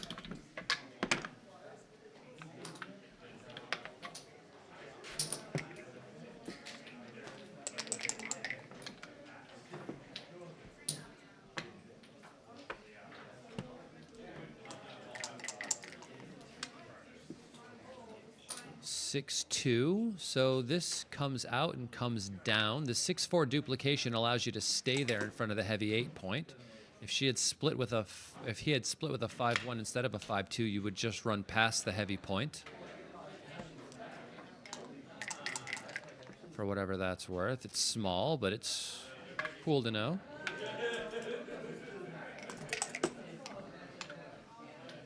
Double 2s. So we start off by making the 4, and then I guess you could maybe make the more advanced anchor. Maybe that's better to make the 20 and the 4 like this, leaving the shot. And he's missed. Okay, so I guess you have to run out now.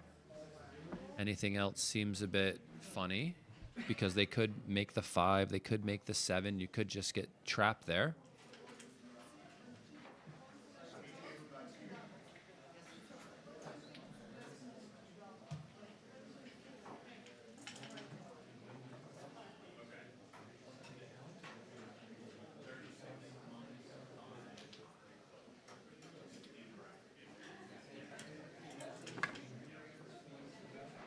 I think you have to run out. This, I don't know. You're just priming yourself by staying back on the 24. 2 checkers on the 24 just isn't great, and Chris sees it and offers a bit of an early birdie here, I would say. But this is a very good sequence for him. 4-1 makes the 4 and just splits off.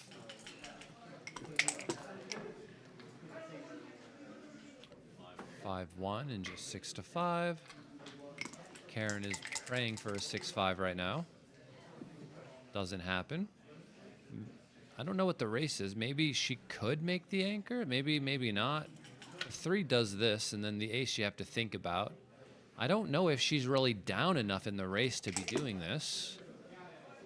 If it's a close race, you don't want to stay on the 23, and now she's trapped. Just a little, though, yeah? If you split it, they get split in. What other good aces do you have? Not good plays.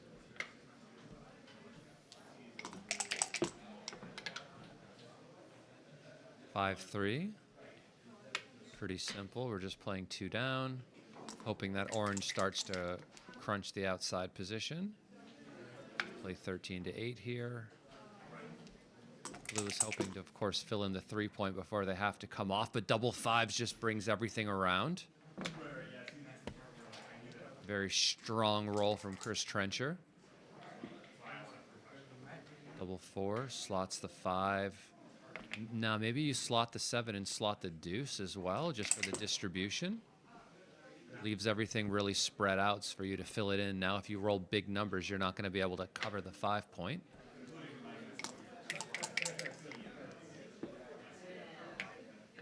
Two, 5, pretty good. 5-2. Okay, just bring both in.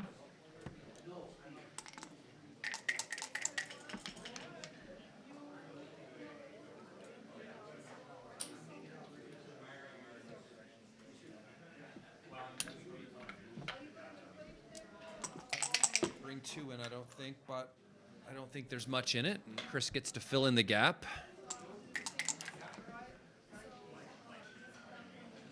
I guess 6-3 is a funny number for Chris if I'm looking for funny numbers. 6-5, also another funny number. Maybe not as funny as 6-3, but just as effective at being bad.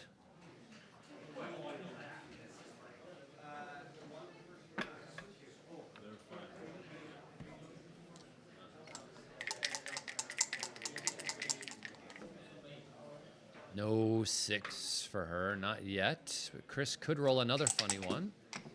6-5 again would do the same thing. 4-3 makes the 1.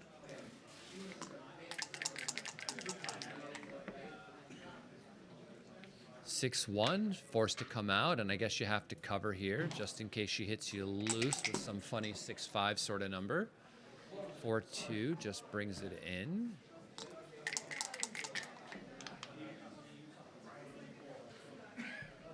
All right. 3-2. Okay, so I don't know if you want to hit and take off. I mean, you could just clear the 6 point, but I'm not. Okay, so clearing the 6 gets rid of most of the problems. You'd only have to fade double 6s and double 5s. The other way, you could leave a shot with 6-4. Things could get awkward later. It'd be Chris's luck to roll boxes right now. No, 2-1 makes the point. Please make the point. What other play is there to do? There's nothing else. There we go. Yeah, I know he's worried about her fanning. I would be happy if she fanned, but he's worried about her fanning. You see? That's the difference. She fans, I say yay. You would be like, ah. 6-1. I want her to fan. He wants her to enter. All right, there she goes. Getting off of the gammon pretty easily. I want you to know every time in this situation, I take off the 6 first, and then I look around the board to see if there's any checkers hidden on the bar somewhere, or I take off the 1. I have seen somebody before accidentally take off checkers when the person was still on the roof leaving shots like that. And you don't really want to do that. It's not good. Black checkers sitting on a black bar, you never know. I know these are orange and teal, but yeah,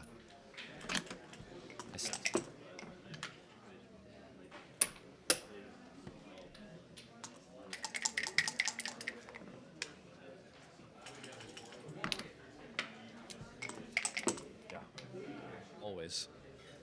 Always. Yes, sometimes the checkers on the bar are the same color as the bar. I'm always looking.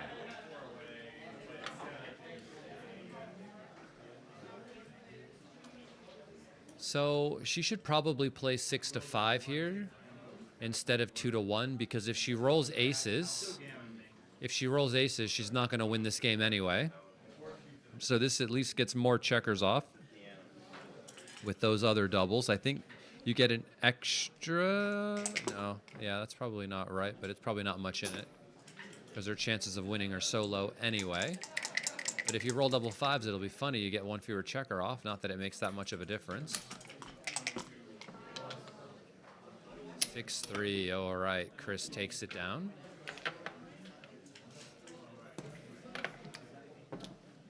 Eight five.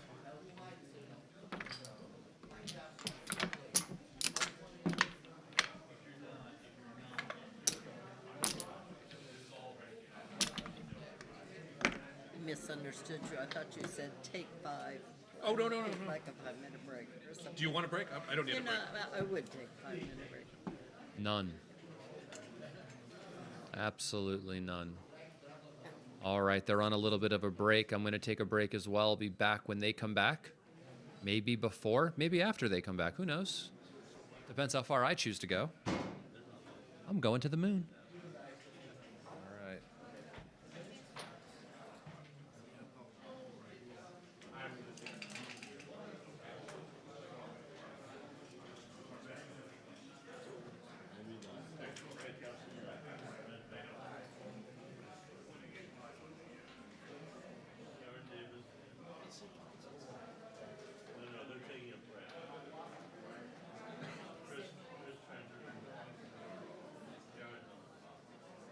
Chris Trencher's playing. Oh, Chris Trencher's up 8-5.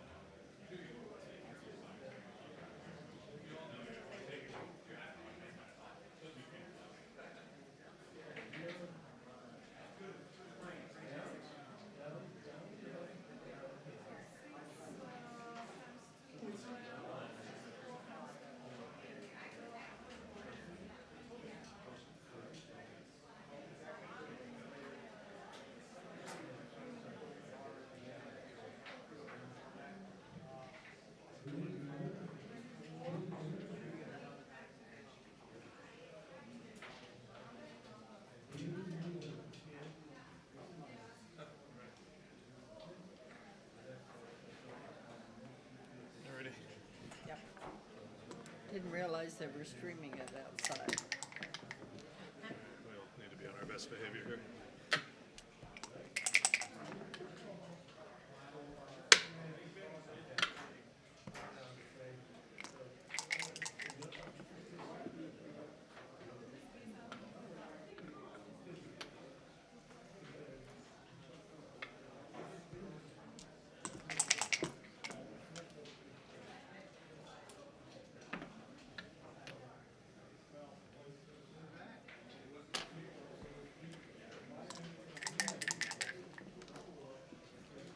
All right, we are back here.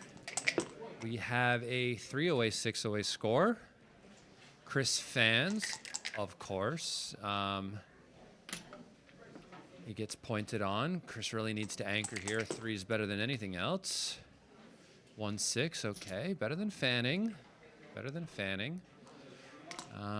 3 checkers back. It's one of these things where, like, maybe we're thinking about cubing. 4-3 can make the advanced anchor. I don't like this. I would... Yeah, that seems like it stabilizes the game. Adds something really big to her position and stops the double ones from being an immaculate roll. And now, I mean... Trailing like she is, you just make the 8 here, and if he doesn't advance the anchor, I think maybe you can consider a cube. I've been thinking about it for a while.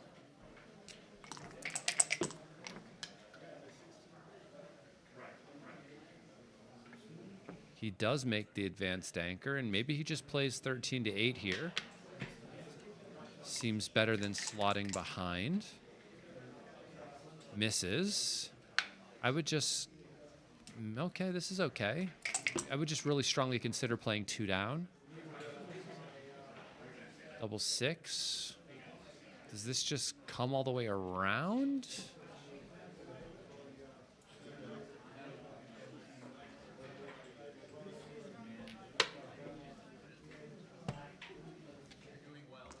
I appreciate it.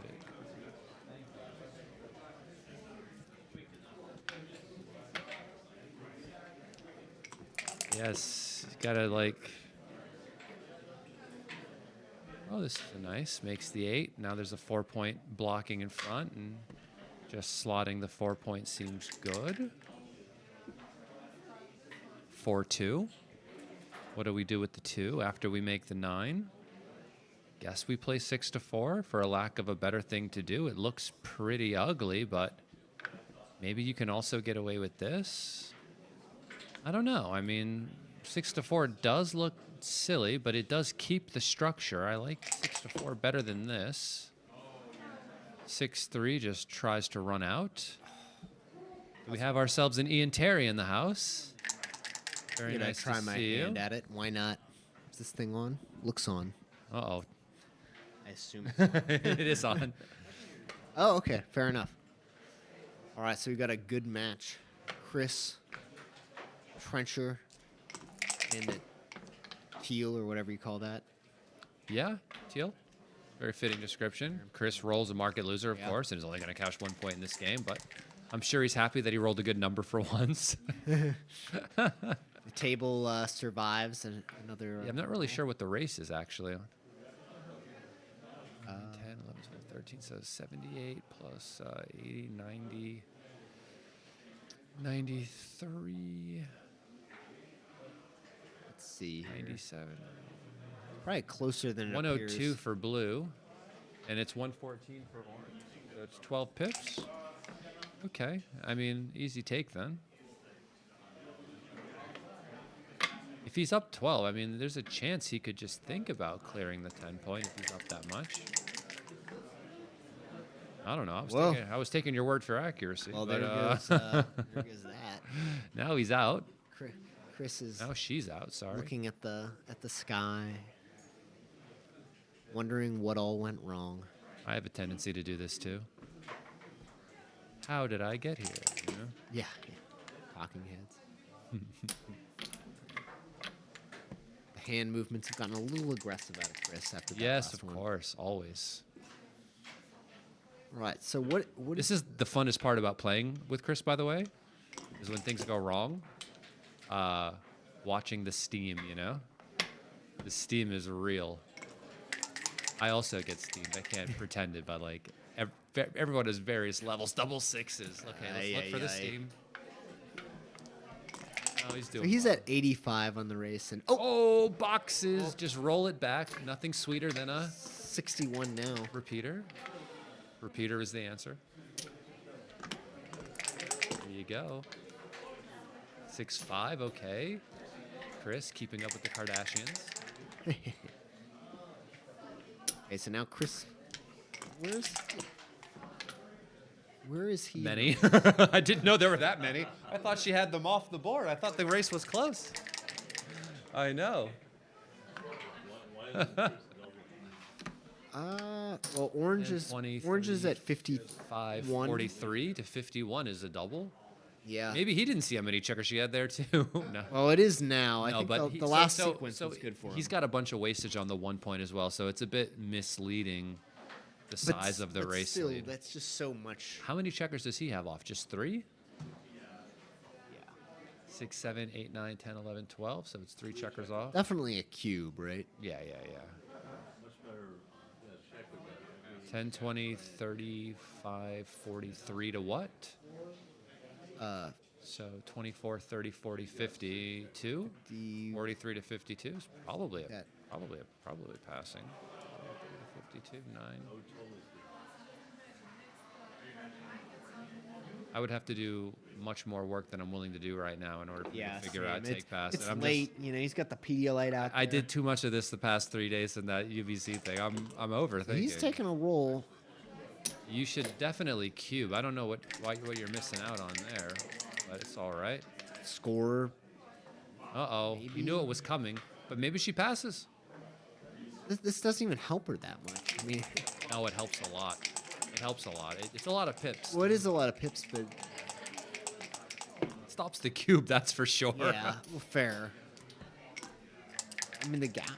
Yeah, the gap's gonna gap, of course, that could so. certainly hurt. I mean, it hurt when she rolled double 4s with it. Definitely would have been better if there were checkers there, but 1, 2, Okay, 3, now- 4, 5, 6, 7, 8 checkers for her. 2, 4, 6, 8 for him. I mean, This has to be. it's 21, 29 for her, and what's that? 12, 22 for him. Well, if that's the case. 22, 24. So he has 24 and he has 29, right? Yeah, so it's it's a double and pass. massive cube. Double and likely a pass.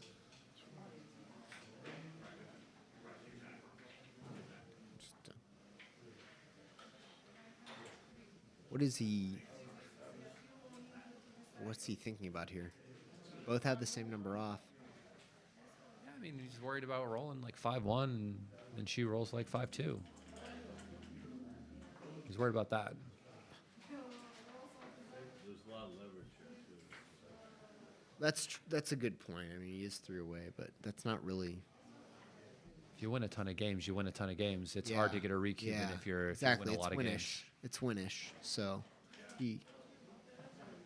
he's got 14 minutes on his clock. Let him use it. Yeah.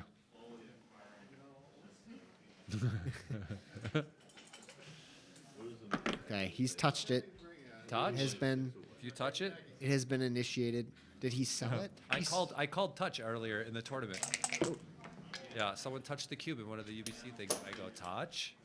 He's like, okay, I have to cube. No, I wasn't going to do it. But I go, touch. He said, touch. So do you think this was a Oh, this is why he didn't want to do it. He knew it was coming. Oh, dude. Oh. Boxes for Chris. 3-1. It's like the not opposite of ideal. boxes. And here comes the recube. Game over. And he quickly hits the pass button. Oh my god. He's just thinking, why did I do that? Why did I give her the I mean, cube? He didn't want to do it, I even don't though think it was a take. Do you? I don't know. I would have to like look more. I do this other, you know, the Matusek sort of that guy's count. No, you don't know this. Nope. Okay, well, I would have to do that, and I didn't feel like it.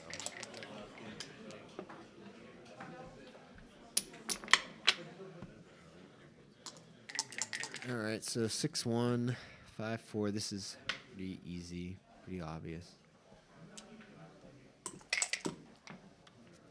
Oh wow. Double twos. Super strong. All right. So advantage. Cube incoming, Chris. barring a 2-3. Or double twos, I guess, or double ones. Okay. What's the score? Is it? 3-way, 4-way? Three-way, four-way. I'm not sold on this. I mean, the wins are pretty high. They are nice. He agrees. You might pass. I mean, And it's easy to set up, right? pass. Yeah. Pass gets her to play the most fun score in the game. Let it go. Did you pass? She passed. All right, there you go. It's a good cube then. Do you think it was a take? You can't get passes without cubes. So for money, it's a pass. So let's see at 4-away, 3-away. Wait, what was it? Sorry. What does he have now? So it was 8. So it was 3 away for him. It was 8. Just 7. All right. Yep. Yes. Pass. Okay. Cool. Circuits are still good for the time being. Hey, where'd you get that? It's behind Okay. this area over there. Gotcha.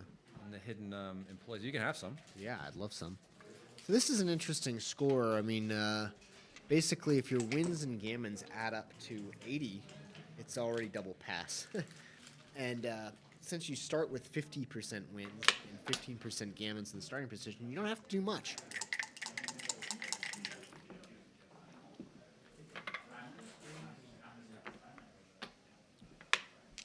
Five, 6 for Karen hitting. Chris needs to enter. That's 4-1 is huge- great, and this huge. hits on the.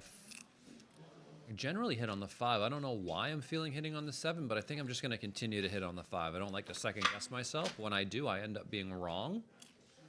So we're going to stick with the first instinct here. 3-6 is not a great shake. Horrible. Playing down seems reasonable because the 3s and 6s are duplicated to cover the 5. Yeah, and he's not going to come off the anchor anyway. And this gives her good 4s, 2s, 1s, 6s, 3s. Sounds like all the numbers. And if all the numbers are good, that's got to be bad. I know, I like him. 9 points. That's like.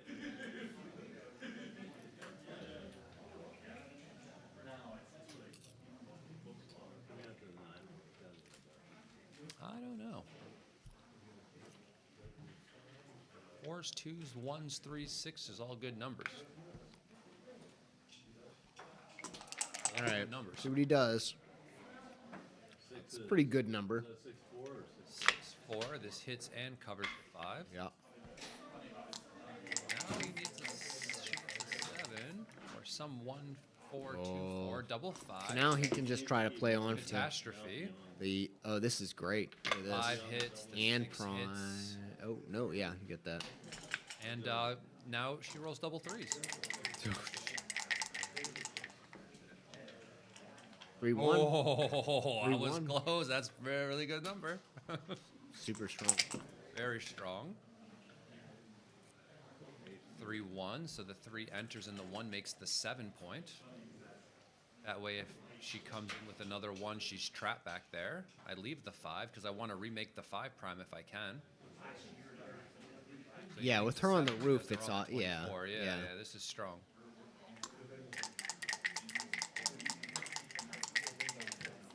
She could roll like a 1-5 and hit you and still lose. 3-6. Yeah, it's not bad. I mean, it's always better than staying. 2-6 is like the worst shake. The 6 just comes out. I mean, preferable to dancing, right?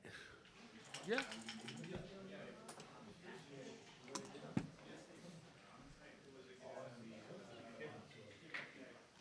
Chris still has an anchor. She has 3 checkers back behind a 4 prime, so I don't think there's any cube action here, despite the very volatile score.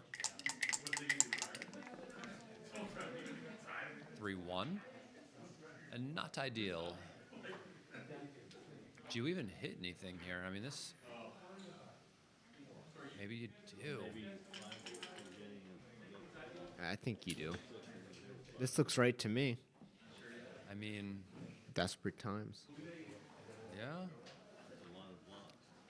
It is a lot of blots. The cube is still in the center, Especially for, but yeah, blue is in gammon shape.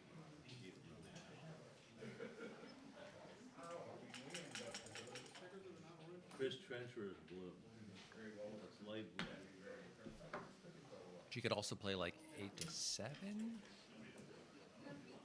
8 to 5 if you don't want to hit anything and clean up the blot. But if you're going to hit, I think we should just play 13 to 9. This looks weird to me. Kind of funny. Yeah. That's the one I originally suggested. That's a better variation of the play. I think the 2 is just far too deep. I don't. Oh, she's going with it. Okay. Better variation of the play. I would probably just do 13 to 9, but maybe the Oh, ace he has a lot fanned. of He value. fanned. Of course he did. Of course he did. He's Grandstedt. So Never seen a guy play as well as Chris, and then just okay, this is fan it, this fan is it, a this is a big easy take, right? I mean, she does have 3 checkers back behind a 4 prime. I mean, there are 6s, 5s, and 4s. he has an You anchor must too. win so many games. Yeah, I You mean, have to win so many games here. I mean, she could just roll like no No. way. bet, No, bet. because he's got a No, I'm kidding. I'm he's kidding. I'm gotta- kidding. he's got a. I mean, he has to win. I'm sorry. Her wins and gammons can't be over 80, right? And you just win so many games. You have a 21-point anchor as well. So it's not like you're deeper than that, you know? It's a very high anchor. I mean, if she rolls 5-4, are you really going to get gammoned all that much? Like, imagine she just rolls 5-4 and you're on roll with 2 on the roof. Are you really, like, that bad off? Yes. And then On when roll? she doesn't always roll it, and I mean, like, And yeah, that's with yeah. like, a good sequence, right? You just Yeah. rolled 5-4, and now you're looking at it going, oh, I could still very easily win this game. Yeah. And not lose a gammon even when I lose. What do you What if we just roll a 2 back? What do you think was Orange's winning percent there? I don't know. I'm don't not good either. at guesstimating like that. Usually would go off into some thing where he would come back with a number that was really, really, really, really close. Yeah. I need to find out how he does that. Okay. So Chris cooperated to some extent. He didn't hit on the 2, and he kept one of them in the air. So. Oh. Oh, looks like you could get gammoned here.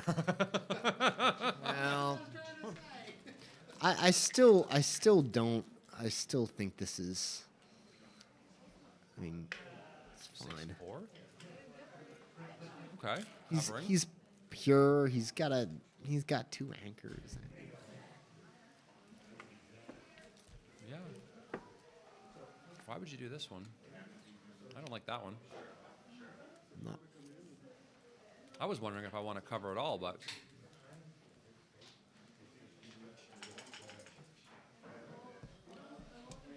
why this one? I don't understand. Maybe she's Oh, duplicating the Lord. 4s or something? Not giving him a good 5, but you could just get trapped back okay, there. so she's not. out. She's out. But like, you know, Chris still has a very good game. yeah, he still has a great game, and like this is like a very good sequence. But the thing is like, he has a good game, but when he loses, he does lose some gammons. Yeah, true.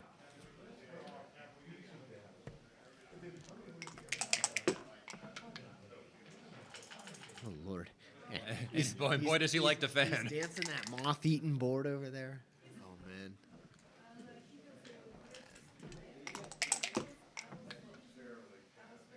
Double 1s. He comes right in. Yeah. Like he has no board. Huh.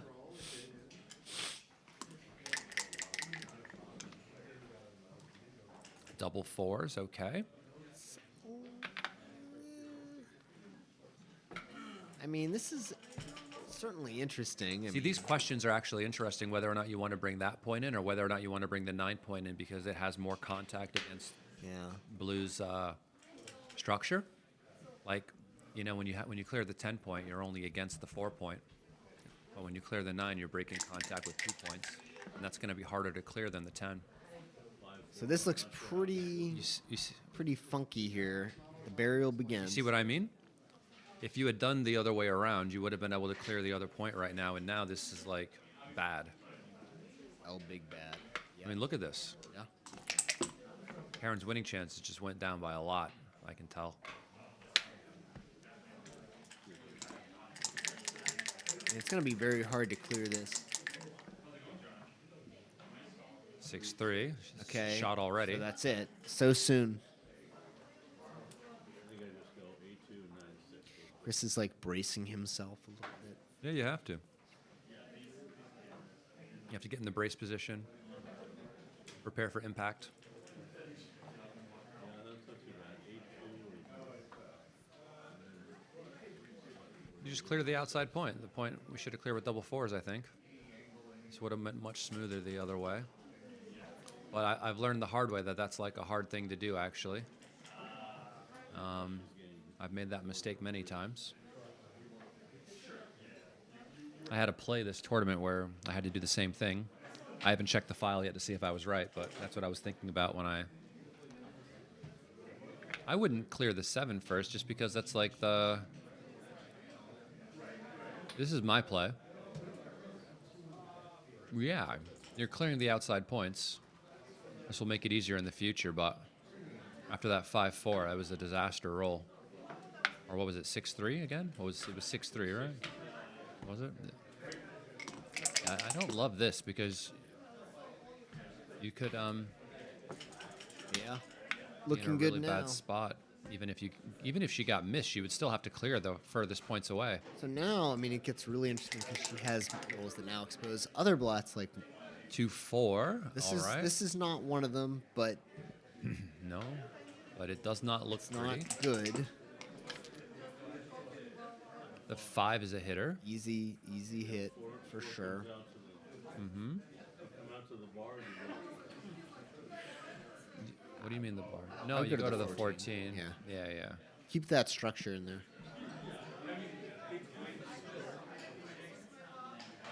I think I would come out to the 14. Because if this doesn't work, I mean, I feel like it's okay. You still have 3s, 4s, 6s to hop out. 2s cover. And if she rolls a 2, you're kind of happy you still have them. Or 3. Oh 2s cover. Okay, now Chris will never get out from there, I promise you. my God! Don't even speak that into existence. 1. Oh, a 5. This Terrible. is the worst. She has to play 6 to 1 now. It's forced. Yeah, Chris's escape just got a lot easier. Mm-hmm. Certainly. And another. So, I just go 7. I wouldn't go 8 to 7. I would come out to the 18 probably. Because if they roll 1-6, look at the difference, right? She would have to that's just fair. you know.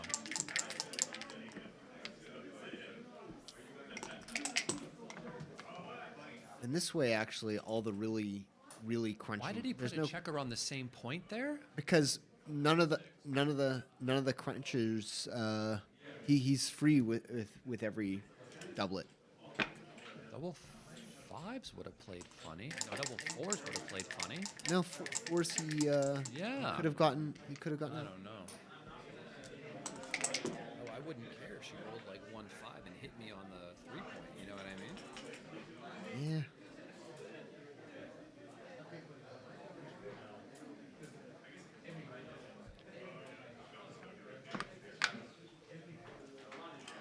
I would bring the 3 in. I'm not trying to make the bar. I'm trying to hit on the 1 point so she can't anchor there. So the 3 should come in at this point.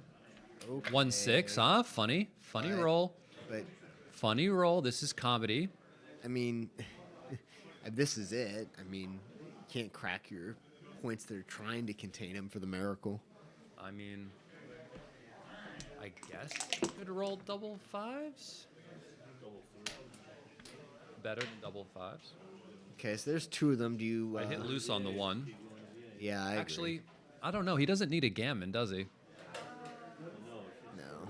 What play wins the most games? I don't know if you need to deny the anchor so it much. might be actually. I would Just coming come out. Yeah. Seems reasonable, actually. Yep. Even My if she pops haste, I a think I want 1-6. to hit, but maybe the gammon doesn't really count. But you don't want her to anchor because she could win some games. He's like, If they're not bored leaving in that there if anymore. they're bored in this state, yeah.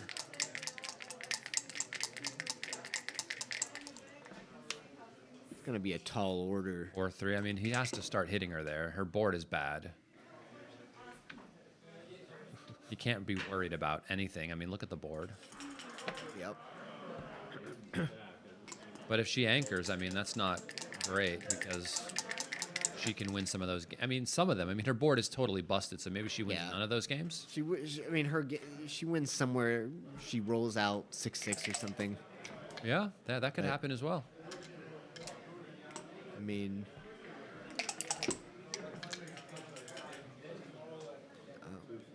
I would just, yep. Maybe you stay there. Maybe you stay there, and Yeah. just in case she rolls double Yep, 6 or get the- something. Get the free lick. She can't really. Okay, so now our board's some semblance of together, but Yeah, it certainly Kinda has last- improved quite a bit. that's a beaut. I don't know if you love making the bar. You have to break it next roll, but I guess it's better than leaving a shot. You could roll 6-5 now and leave a shot accidentally. Maybe you don't even want to bring it in yet, actually. Might have let her bust more. Wow. Well, speaking of bust more, here we go. 5-4. So, do you do the King's Crown? Yes. Here you go. 6-4, Alright. forced to run off. Yep. And I guess maybe you just hit her here with the 2 blots in the board? It's kind of weird. Guess you have to. Well, you have to hit, obviously. So just hit, take the checker off, call it a day. Yes, definitely. Because if he rolls a 5, then you're out, you know? If you roll a 1, you're still stuck. Then I take the checker I don't off. think. I would take the checker off. I mean, look at the board. Okay.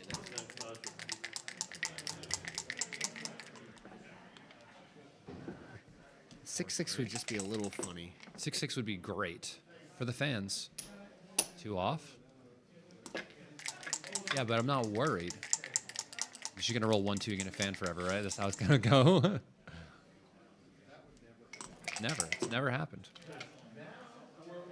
4-3. I'll just- No, don't do that. You do that? Okay. Yeah, I do that. Yeah, I guess. But there's no gammons. Maybe you could clear the 5 instead of the 6. And you have only 1 point to clear over 1 gap instead of 2 points to clear over 1 gap, right? How ugly this got, but it's still fine. I mean, it's okay. You just clear the 3. Big gap, yeah. No, you clear the 3. You don't want the gap on the 2. You just pick up the 3 point. He has 2 blocks over there. I understand, but he doesn't need to take checkers off. He just needs a robust position. I think I would have cleared the 5 in the previous position. It would have maybe prevented some of this. Yeah, she is in. Very good roll for Chris, not for her. She wanted to enter lower. 1-3 clears the 6. It's good for now. 6-3, she has to stay. Maybe he rolls 6-5, 6-4, 5-4. Some shot leaving numbers. 4-2, not one of them. And some of these numbers are going to force her out. Double One of 5s them, is but- one of them. 1, 2, 3, and then, okay, I was nothing gonna get off. to take one off. 6-2. 6-2 to Chris. Yeah, this is looking over. It's funny because from my memory, I thought Chris got unlucky, but it looks like he's winning. I don't know how that happens. And a handshake. Oh, well done, Chris. All right, good match. Oh, Karen All right. the rebuy again, I guess. Yeah, this might be the end of our streaming for the day. It is a bit late here, 11:30 in the evening, so thank you all for tuning in today. I am here with Ian Terry, whom many of you might know from his appearance here on these streams. What? and many other Yes, places. Yes, yes. You may recognize me from You might recognize short me films. No. as It's Always Sunny on the 5 Point. No, but thank you all for tuning in today. My name is Justin Nowell. I will be your commentator for the rest of the tournament here. We will be starting bright and early, 11 a.m., I believe, San Antonio time. So what is that, 10 a.m. in New York? No, noon in New York, 9 a.m. in California. What time is it in London? 6-hour time difference? Who knows? But we will see you then. I will be back here tomorrow. Have a good day. If you're watching this in London, what drug are you on? No, I'm just must be early. It's like 5 a.m., right? Yeah, that's exactly who I'd expect to be out. Yeah.